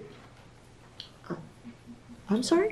I don't understand. There's a 100-year-old beautiful oak, 50, 60 feet up in the air. That has to be removed for that new line. Now you say you're gonna. Is that true? No, absolutely aware not. of. I thought There are were 3 trees. American hollies on the part of the lot, and they're shown right there, those 3 X's. Those are the 3 American hollies that are gonna be taken out, Or maybe it's a holly, but it's 40, 50 feet up in the air. and it's not that It's a big either. probably They don't get that 100-year-old big. tree. I cannot wrap my hands around it. There are some other trees on the property, toward the east side of the building, but none of them are oaks either. But I think he's changing his. Yeah, no, I'm just, as far as the trees on the I'm property. talking about impacts directly in my home. And I'm looking at the and my aerial view right from now. my window, that now instead of seeing a beautiful tree, I'm gonna see a house. I think he's talking about the And how do you ones. propose? Where? Okay, so you're testifying, you're not asking I'm questions.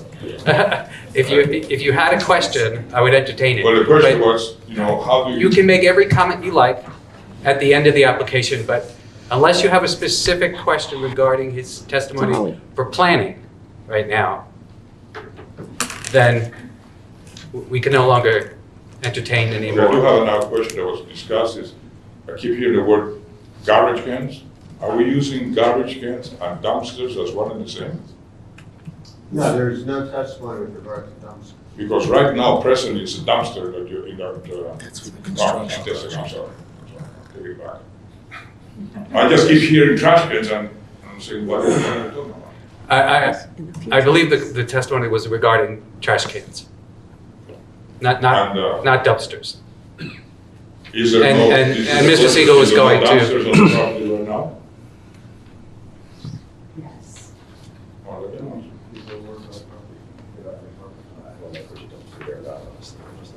But it's Well, I not, hear at 5 in the morning. if there's a dumpster there, Now, let the questions directed to Walt. It'll get out of control. It's my understanding that if the dumpster, first of all, there are no proposed dumpsters. If there's a dumpster there now, it's on a temporary basis, just for the construction that's going and renovations. But the trash is gonna be handled with I'm talking cans. about the dumpster, they come with the front end truck and they load it. And empty There's it no- twice or 3 times a week. The testimony has been that there are going to be trash cans that are proposed that can be put onto the property and utilized on the property at adjacent to the house.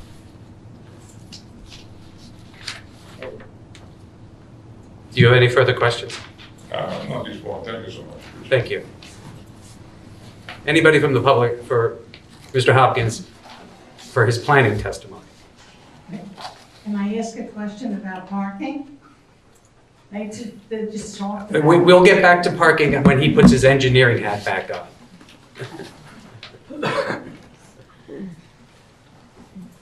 Hi, Regina Philin, 506 8th Avenue. My question is regarding the building, the main building, the multiple family. So that building will not change at all for the planning of the new structure? The only changes to the property would be that the portico would be removed to accommodate a wide driveway. Oh, so the portico that comes out would be removed? Correct. Okay, And the shed in the back would be removed, okay, okay. the garage shed. All right, well, that's a beautiful structure, that's. That shed is not a beautiful structure. No, she's No, talking I about think the she means portico. portico. Oh.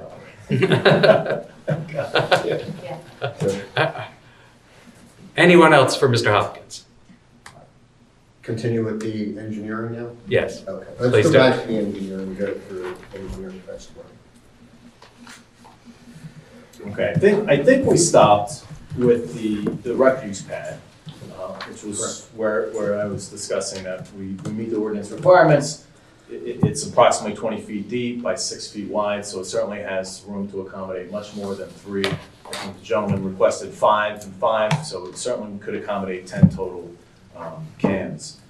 Stormwater will continue in the same direction.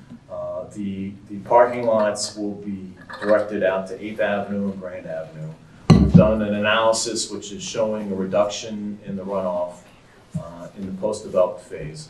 That's due to, I won't say there's a decrease in impervious area, it's essentially the same. There's a slight decrease in impervious area, but what we're doing is we're also taking the roof leaders from the existing multifamily dwelling and directing it to an underground infiltration system.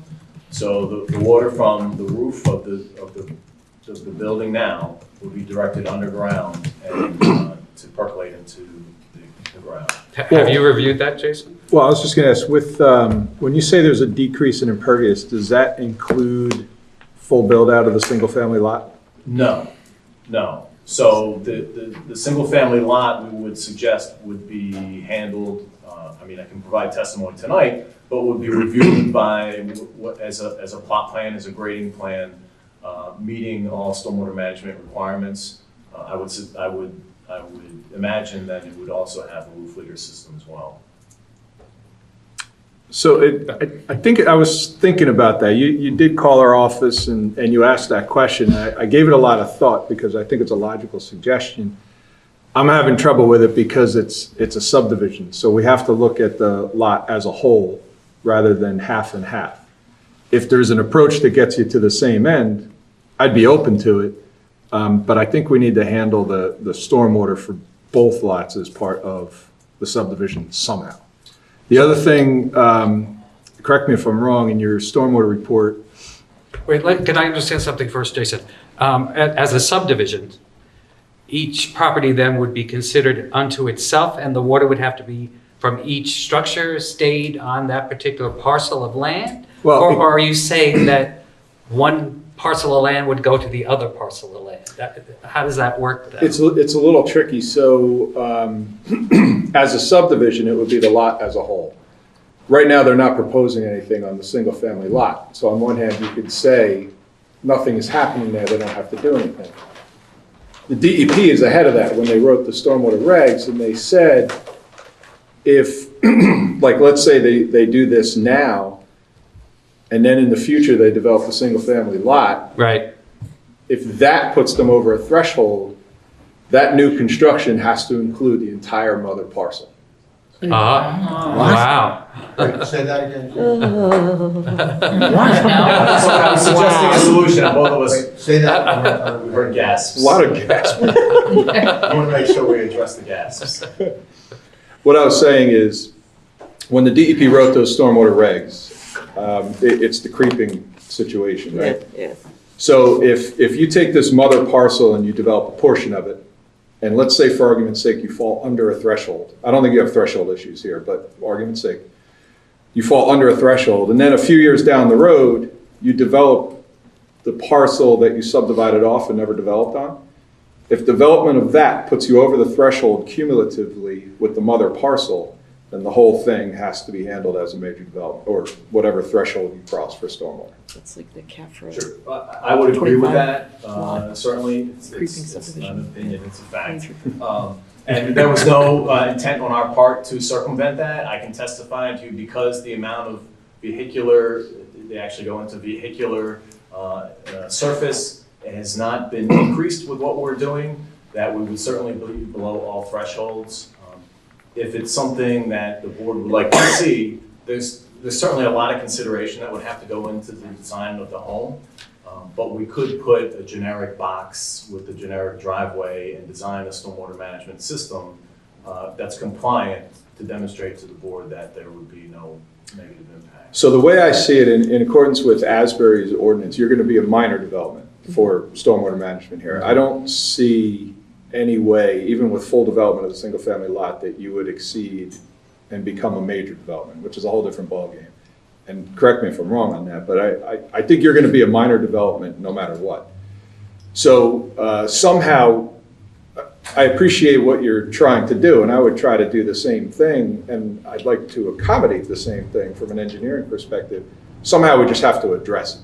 You know, if you can present something that says, if we handle stormwater at zoning permit and building permit phase for the single family lot, if and when the future it's developed, we'll be compliant overall, then we're okay. Or maybe you just put it all in now and consider the single family lot pad ready. You know, I'm open to those ideas, but the bottom line is we have to figure out how to accommodate the entire parcel as a minor development per Asbury's ordinance. Wow. Have you thought about making it pervious pavement?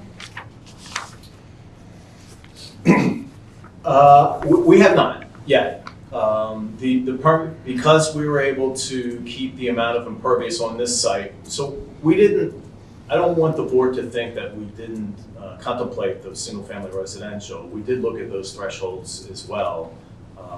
Just that there was so much to design in it, it just seemed like we were throwing a dart at the wall. As far as the permeable pavement, there's some areas love it, some municipalities don't. There's certainly maintenance issues with it that certain municipalities object to. So I don't know what the benefit to it would be here, because there's no increase in impervious, so you're going to have the same, and then the impervious from the roof is being directed. So that's the improvement that the city's getting with this application. So would you like more time to think about this issue? Is that what you're saying, Mr. Hopkins, since you haven't really addressed it?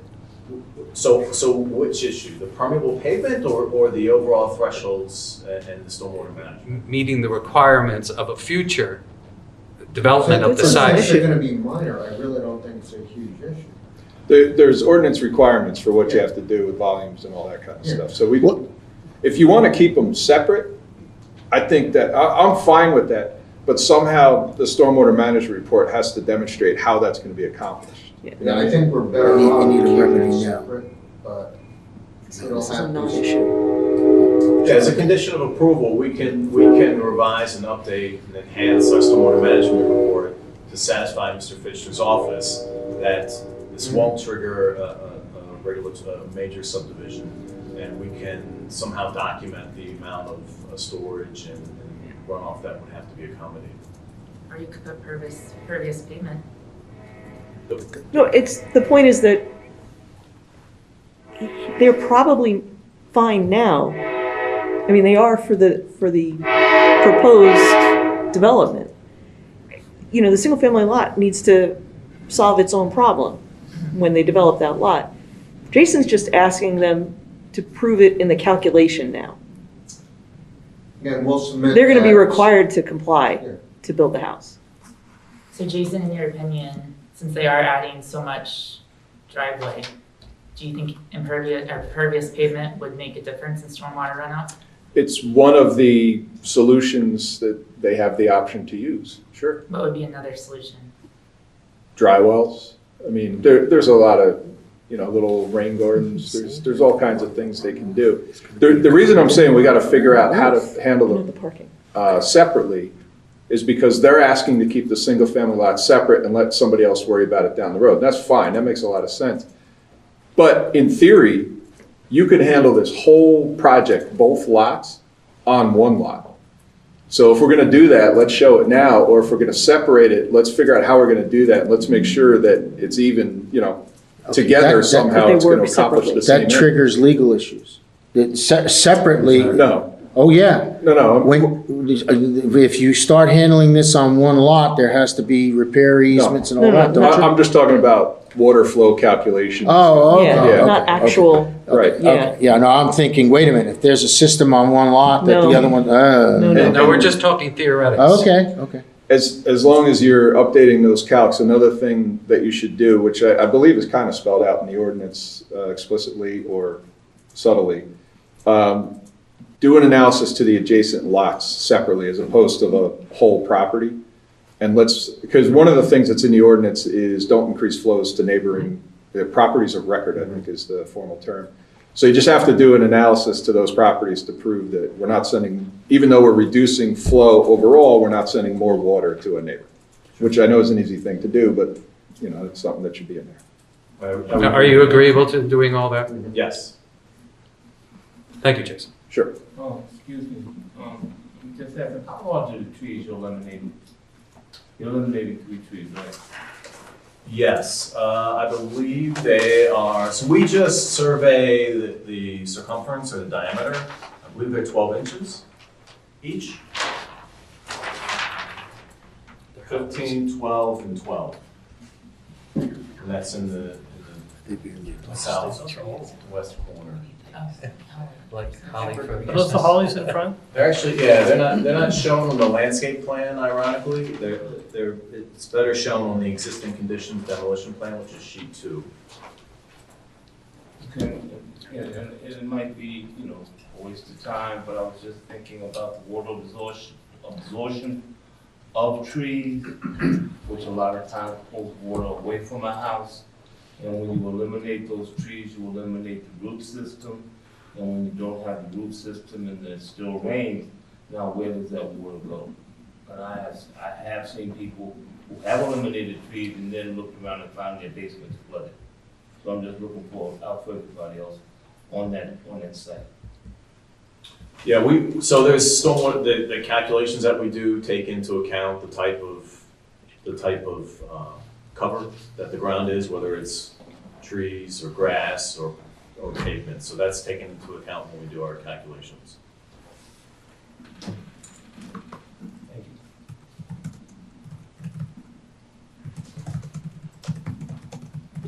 Anything further? Mr. Hopkins. Okay. Please proceed. Sure. So stormwater. Lighting, so there were several comments in both of the professionals' letters. We're showing 3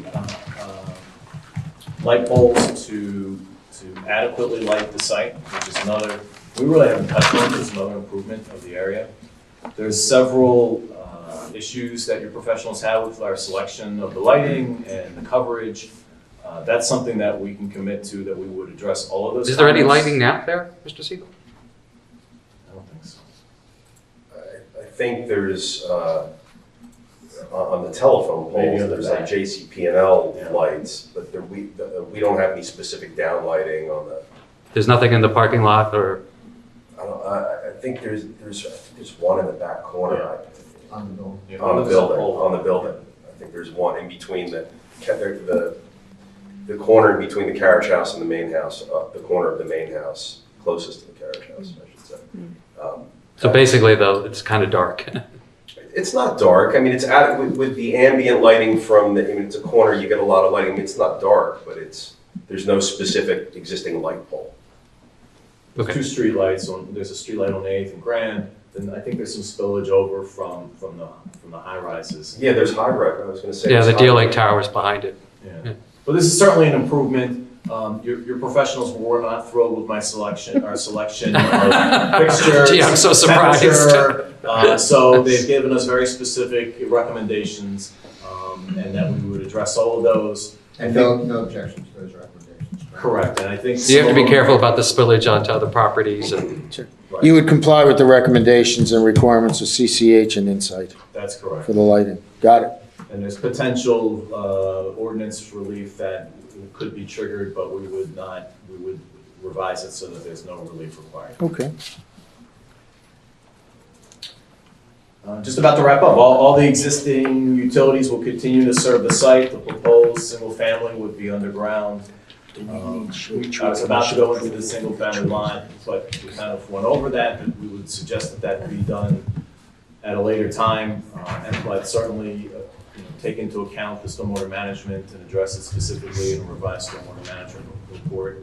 I don't know if this is left over from a prior application, but I don't know if any of the professionals or board members asked about signage. There's no signage proposed with this either, so. And Signage for what? There's no exterior, correct, mechanical equipment? Yeah, there was some suggestion about screening of AC or showing the pads. There is no central AC in either one of these buildings, so they're window mounted. And we do have Monmouth County letter of no interest, Monmouth County Planning Board, and we do have freehold soil certification in hand. All right, I just want to go through with you some of the comments with regard to landscaping, just to make sure that we hit all this. Really, page 7 of the planner's report, back one more. Yeah, let's make that B1. Page 7 is the landscaping section. By the way, before we get to that, on the top of the page, there were comments with regard to parking lot design, recommending perimeter parking area to curb, collect runoff, and help vehicles from running off the pavement, prevent vehicles from running off the paved area. No issue with that, am I correct? Correct. And also, the pedestrian access is a recommendation for the plans to be revised and coordinated to provide a system of walkways that connect those buildings, exits, and parking areas. No objection to that, am I correct? No, thank you for bringing that up. I actually corresponded with Ms. Miller's office about suggestions prior to the meeting. Going down to the landscape, if we go to A, to the first bullet point. What page are you referring to, Andy? On page 7. Okay, thank you. A 5-foot wide planting bed between the back curb and the fence along the parking area. Any issue with that? No. Drought and salt tolerant plants suitable for a compact, dense evergreen hedge should be specified. No issue with that, am I correct? Correct. Plant material between 24 and 36 inches. Any issue with that? Correct. No issue. Going to page 8, again, about 5-foot planting bed, no issue with that, am I correct? Correct. The comment on the parking lot shade trees states only 2 shade trees have been proposed along the westerly property line abutting the angle space proposed there. A third shade tree should be added along the westerly property. No issue with that, am I correct? Correct. Design exception will be requesting for that parking lot area, am I correct? Design exception is required unless additional planting areas are to be provided. Is there any room for additional planting areas? Well, you testified that you're going to shift that parking area south, so you lose some. So to be Real quite estate. candid, we haven't done, I didn't do that calculation. We would attempt to comply. I We'll can't, make I every can't, effort to comply. yeah, I can't testify tonight that we will comply, but we would certainly make an attempt To the to. extent that we can, exception will be requested, am I correct? Yes. Going to the landscape buffers, there are certain recommendations as far as the type of plantings, no objections to that, am I correct? Correct. And similarly, with regard to non-native invasive species, there's an alternative that was recommended and no objection to that, am I correct?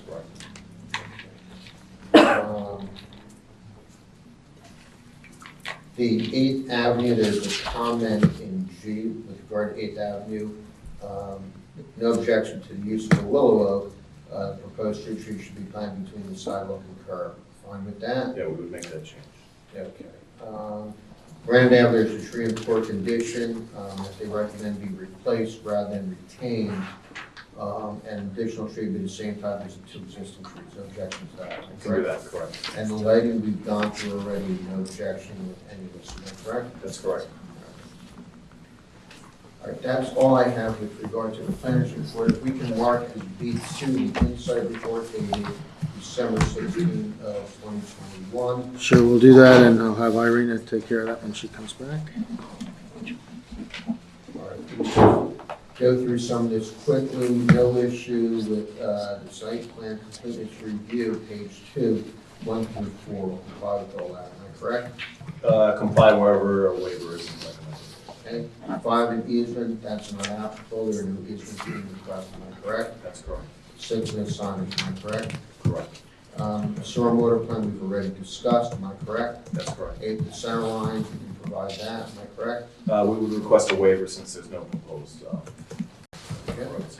Phasing of the project, there will be no phasing of this type of project, am I correct?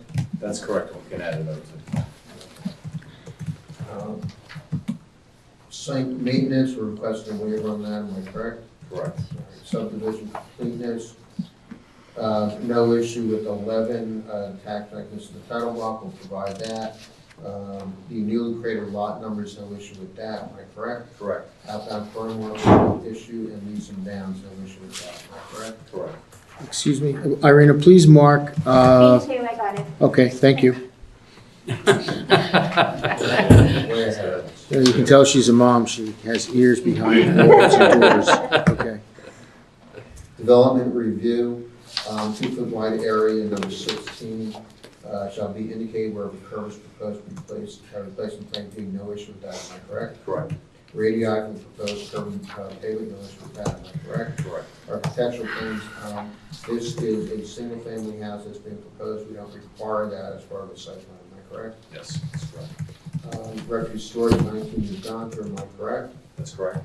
Parking angle shall be indicated on the plan to determine compliance with bonus and aisle width. Exception may be required. Number 20. Exception is not be required, but we will add the information. Okay, and then site distances, no issue with that, am I correct? Correct. 22, the additional buffering, we've already covered, am I correct? Correct. Dimensions to be added to the plan on the 23, no issue with that, am I correct? Correct. Lighting, we've already addressed, no issue with this, am I correct? Correct. Stormwater, we've addressed. And I will address these comments, yes. In addition to the single-family house incorporated. Very good. Curb detail for use on grass shall be revised to indicate monolithic curb and gutter. Number 26, no issue with that, am I correct? Correct. The 27 just goes to the sidewalk, and 28 is with the 12 parking spaces, we've covered that. Additional dimensioning, number 29, any issue with that? Correct. No issue. And 30 to 5-foot buffer, we've already covered, am I correct? That's correct. And screen mechanical equipment, there is no screen, we've agreed to do screening fencing with regard to the refuse area, correct? Correct. No issue with mulch bed lines being added to the plans, correct? Correct. We've gone through ADA, we'd be willing to add a 88 space in the parking lot, am I correct? Correct. Sanitary sewer connection fees, no issue with that, am I correct? Correct. That's all the questions I have as far as comments and insight report marked as B2 for that. That's all the questions I have. Thank you, Mr. Karas. Thank you. Mr. Hopkins. Anybody from the board have any further questions for Mr. Hopkins? Mr. Hopkins, do you feel that the lighting is sufficient to protect the renters when they return home from work in the evening? It is now, we're gonna improve it a little bit, so it is now and it will be, yes. I have a question about the driveway.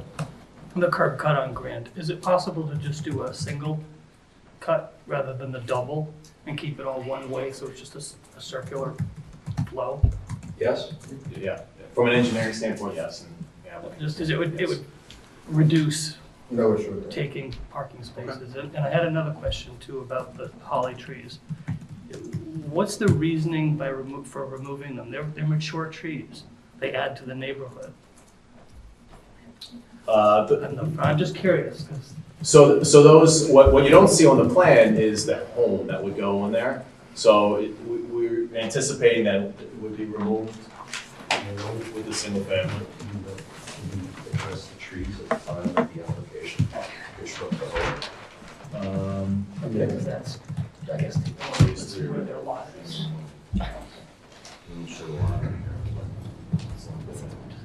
There might be some.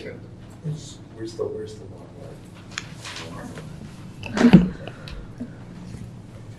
So is that one, or that's I guess I understand. Every ordinance that requires that certain trees of a certain size, where they get cut down. Not that I'm aware of, Mr. Karas. I don't remember, I know in certain. No. No. So Mr. Siegel. But there is an brought to ordinance my that attention requires you that- cut a tree down, you replace a tree. Yes. So Mr. Siegel's brought to my attention that I may have been a little aggressive with the removal of the tree. We don't know where that home's going to be, but we can make every attempt to save those three.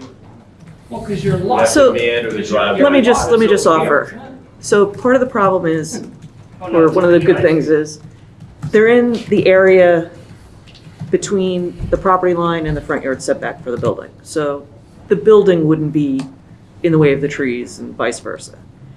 But they're probably in the line for extending utilities to the new building. So either the driveway or the water and sewer lines are gonna go right where these trees are. So, Or not. hey, I'm all for keeping holly trees. So, I'm gonna try and keep them. Every effort can be made to. so that's what we have to be aware of. It might increase costs for Mr. Siegel to do something creative to extend utilities and configure the driveway in order to save the trees You gotta watch the grading too. and the grading. But every effort can be made to try to save it. And again, provided they're in good enough health. I think one has a kind of scarred up nasty trunk, but, Yeah, I think for the, Yeah. one out of the three. right. So there may be some save that's possible. I guess because my question was, would the retention of those trees make it an unbuildable lot? No, as she said, it Okay. would really just increase the cost to me, but I'm a pro tree guy, so, you know, far be it for me to not spend the money to save the trees. If it makes my friend Brittany happy and the rest of you happy, then I'll do it. Okay, so what do we do We're about nothing but tree huggers. about the porte cochere? Great, thank you. Anybody? Anybody care about the portico? I do. Oh. I guess that's a I was just concern. waiting. Yeah, I was waiting. It's a tough one. It Donna, is. can you speak to So, the as you historical say that impact? there is no historical impact, they are doing something. Is that correct, Donna? As currently shown on their plan, yes, they would have to remove that portico to do the driveway they've designed. And a portico is something that goes along with the design of this house. That is a very significant feature of this particular historic structure. Is there a workaround? I don't know. I've overlaid, I just did an overlay of the existing and the proposed. And, you know, the problem is, we don't want to circulate all 12 potential parking opportunities through that very tight space, right? But that means the turning radius to get into those angle spaces may not work. Well, it wasn't really designed for the concept that it's being utilized for, correct? Yeah. Well, I mean, yes and no. I mean, it was designed to drive up and drop people off, just not in Maybe a your. horse and buggy. When it was a Well, I mean, single- it could have been a car. I mean, the house isn't from the 1700s. Wasn't it a single-family house, right? In the, I mean, back when it was built? Probably, yeah. So, But, so again, it's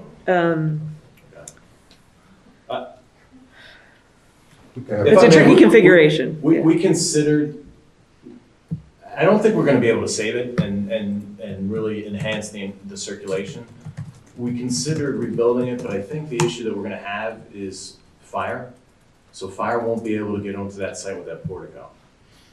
Not if you have to drive through it, yes. Can you keep it 13 and a half feet of clearance? No. Not an architect.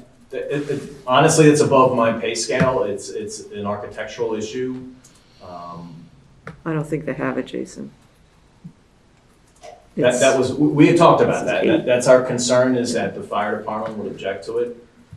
I think they only have about 11 there. We don't even know what it would look like though, No. without portico. Look over your shoulder. Yeah, Trying to zoom out a like, little bit. I guess where the two columns are, is that like where the roof would end? The last two columns? Well, it would cut it Yeah, off. basically that gable end Yeah. would just stick onto the end of the porch. It would look a little strange, but You know, you mentioned it's a significant feature of the, I mean, it's a feature of the home. I don't know how significant it is.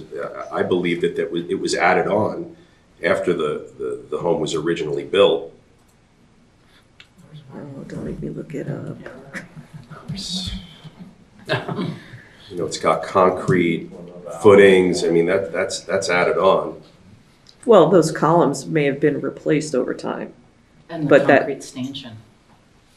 I mean, because those are not consistent with the columns. I think originally it would have had the That's a same beautiful columnation in the porch. That would have been Yeah. historically typical. These are, somebody hit this a couple of times and now we've used this concrete to keep people from hitting it. Mm-hmm. Because it probably was shingle also on the base. The problem is, I don't think you have the proper turning movement to get, if you're gonna keep that curb cut and do this angle parking as a one-way driveway, you can't also keep that configuration. They both don't work. But we also don't know what the house is going to look like without it. When you say the house, you mean if we rebuild the portico? If you just took away the portico, if you rebuilt the portico, either way you go, Mr. Siegel, we still haven't seen what you plan to do with it, right? You're talking about the adjacent, No. the subdivision. No, we're talking about removing the What's the portico. existing house going to look like without the portico? Just can. This is in the Sunset Lake Historic District, right? This is a fair question to ask. Yeah, and we are relying on the visual criteria as part of that Raspberry case to support an application for a variance. It's inadequate. Rebuild the match. Rebuild it to match it, to go over the new driveway. But will there be enough room? We don't know if there's Too- enough too cheap. clearance, like Jason said, for fire satisfaction. Or if we remove it, can we cap and trim to match the existing house, and is that satisfactory? I think we'd have to see something. I would agree with that. I think we have to see it and, you know. I mean, I think there's a just don't way know what of. it would look like with it chopped off. The last time a board approved anything they haven't seen, we wound up with the festooning across the street. Bite your tongue. No, I can't bite my tongue because I argued not to do it and they did it anyway. You have to see, you got to see what you're going to approve. I mean, I think there's a way of doing it, modifying the portico so it's just shorter What about and it's for the no longer a firehouse? drive-through. To make it longer. If you make it longer, it's. On the That's a other good side. question. They go up there. Right, isn't there another side? No. They probably drive on the grass. Yeah, They they could just, go in, they could go in She the means the outlet. exit, yeah. Like this. Yeah. They probably just go here. Right, they drive on the grass. Well, it's either that or Pretty burn. close. Not enough, but pretty close. And then you gotta go. And where's the new driveway is going?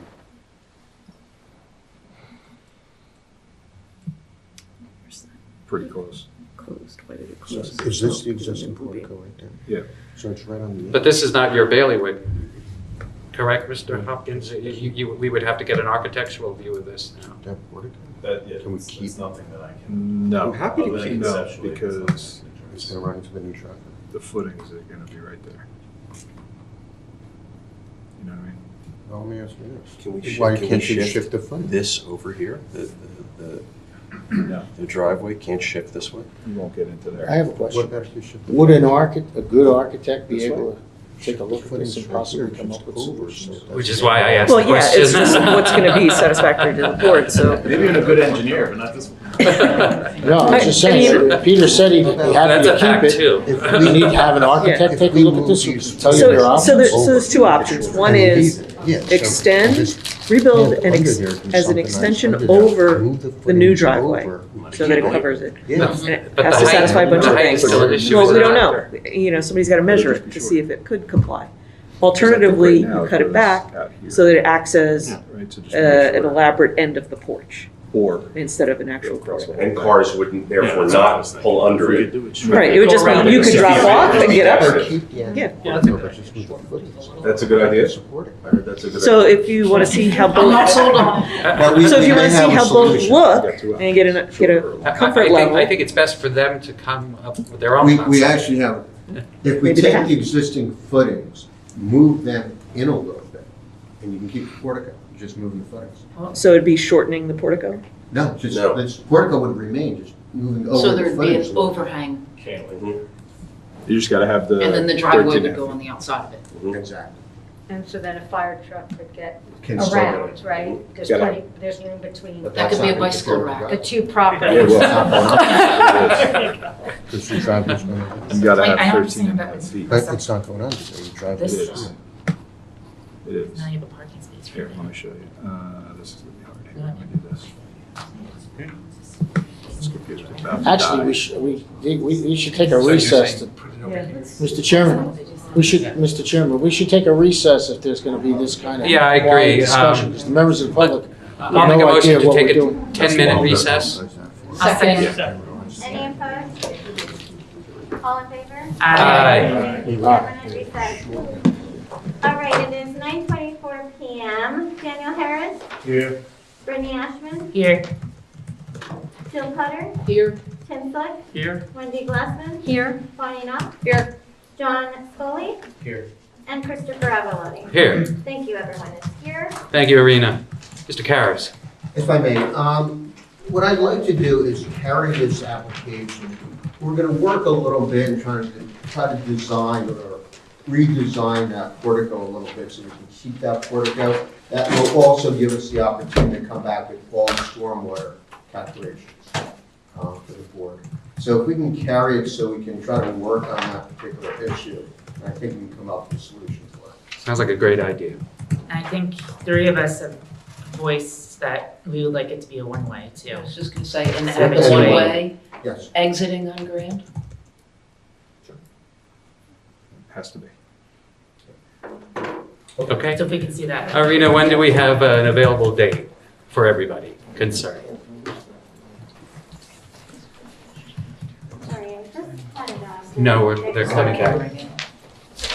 How much time do you guys think you need? Yeah, how long do you think you would be able to turn around? You got one on April? Towards the end of the- Possibly the end of April? end of the- I thought we had something on the end of April already. Or no? Oh, was that the We vet? do. What do we have right now? Let me just pull it most Oh, that's Sewell, right?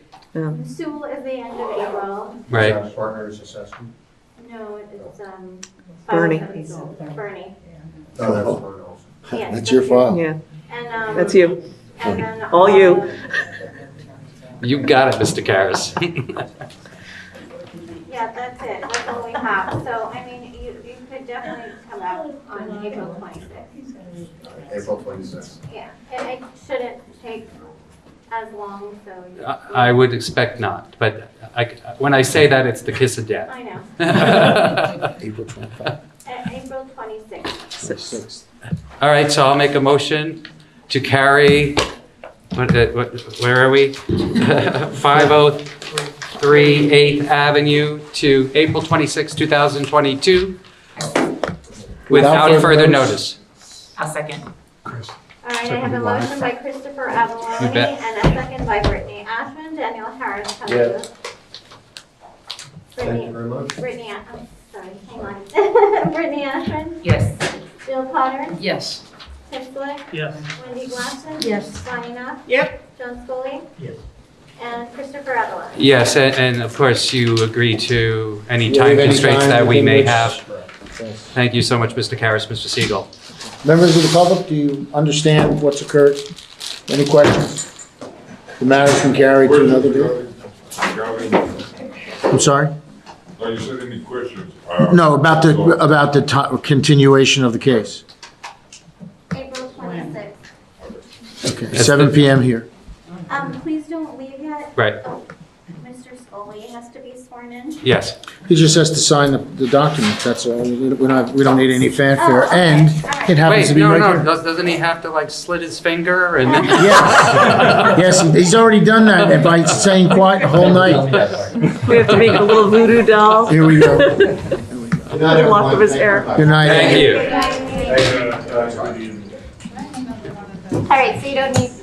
No, we don't have to go through the fanfare, he signs it. Are we okay to adjourn, Arena? Are we okay to No, you adjourn? don't have to stand. All right, I make a motion to adjourn the meeting. Although I still watch Perry Mason, so I can learn some old Perry Mason. All in favor? Aye.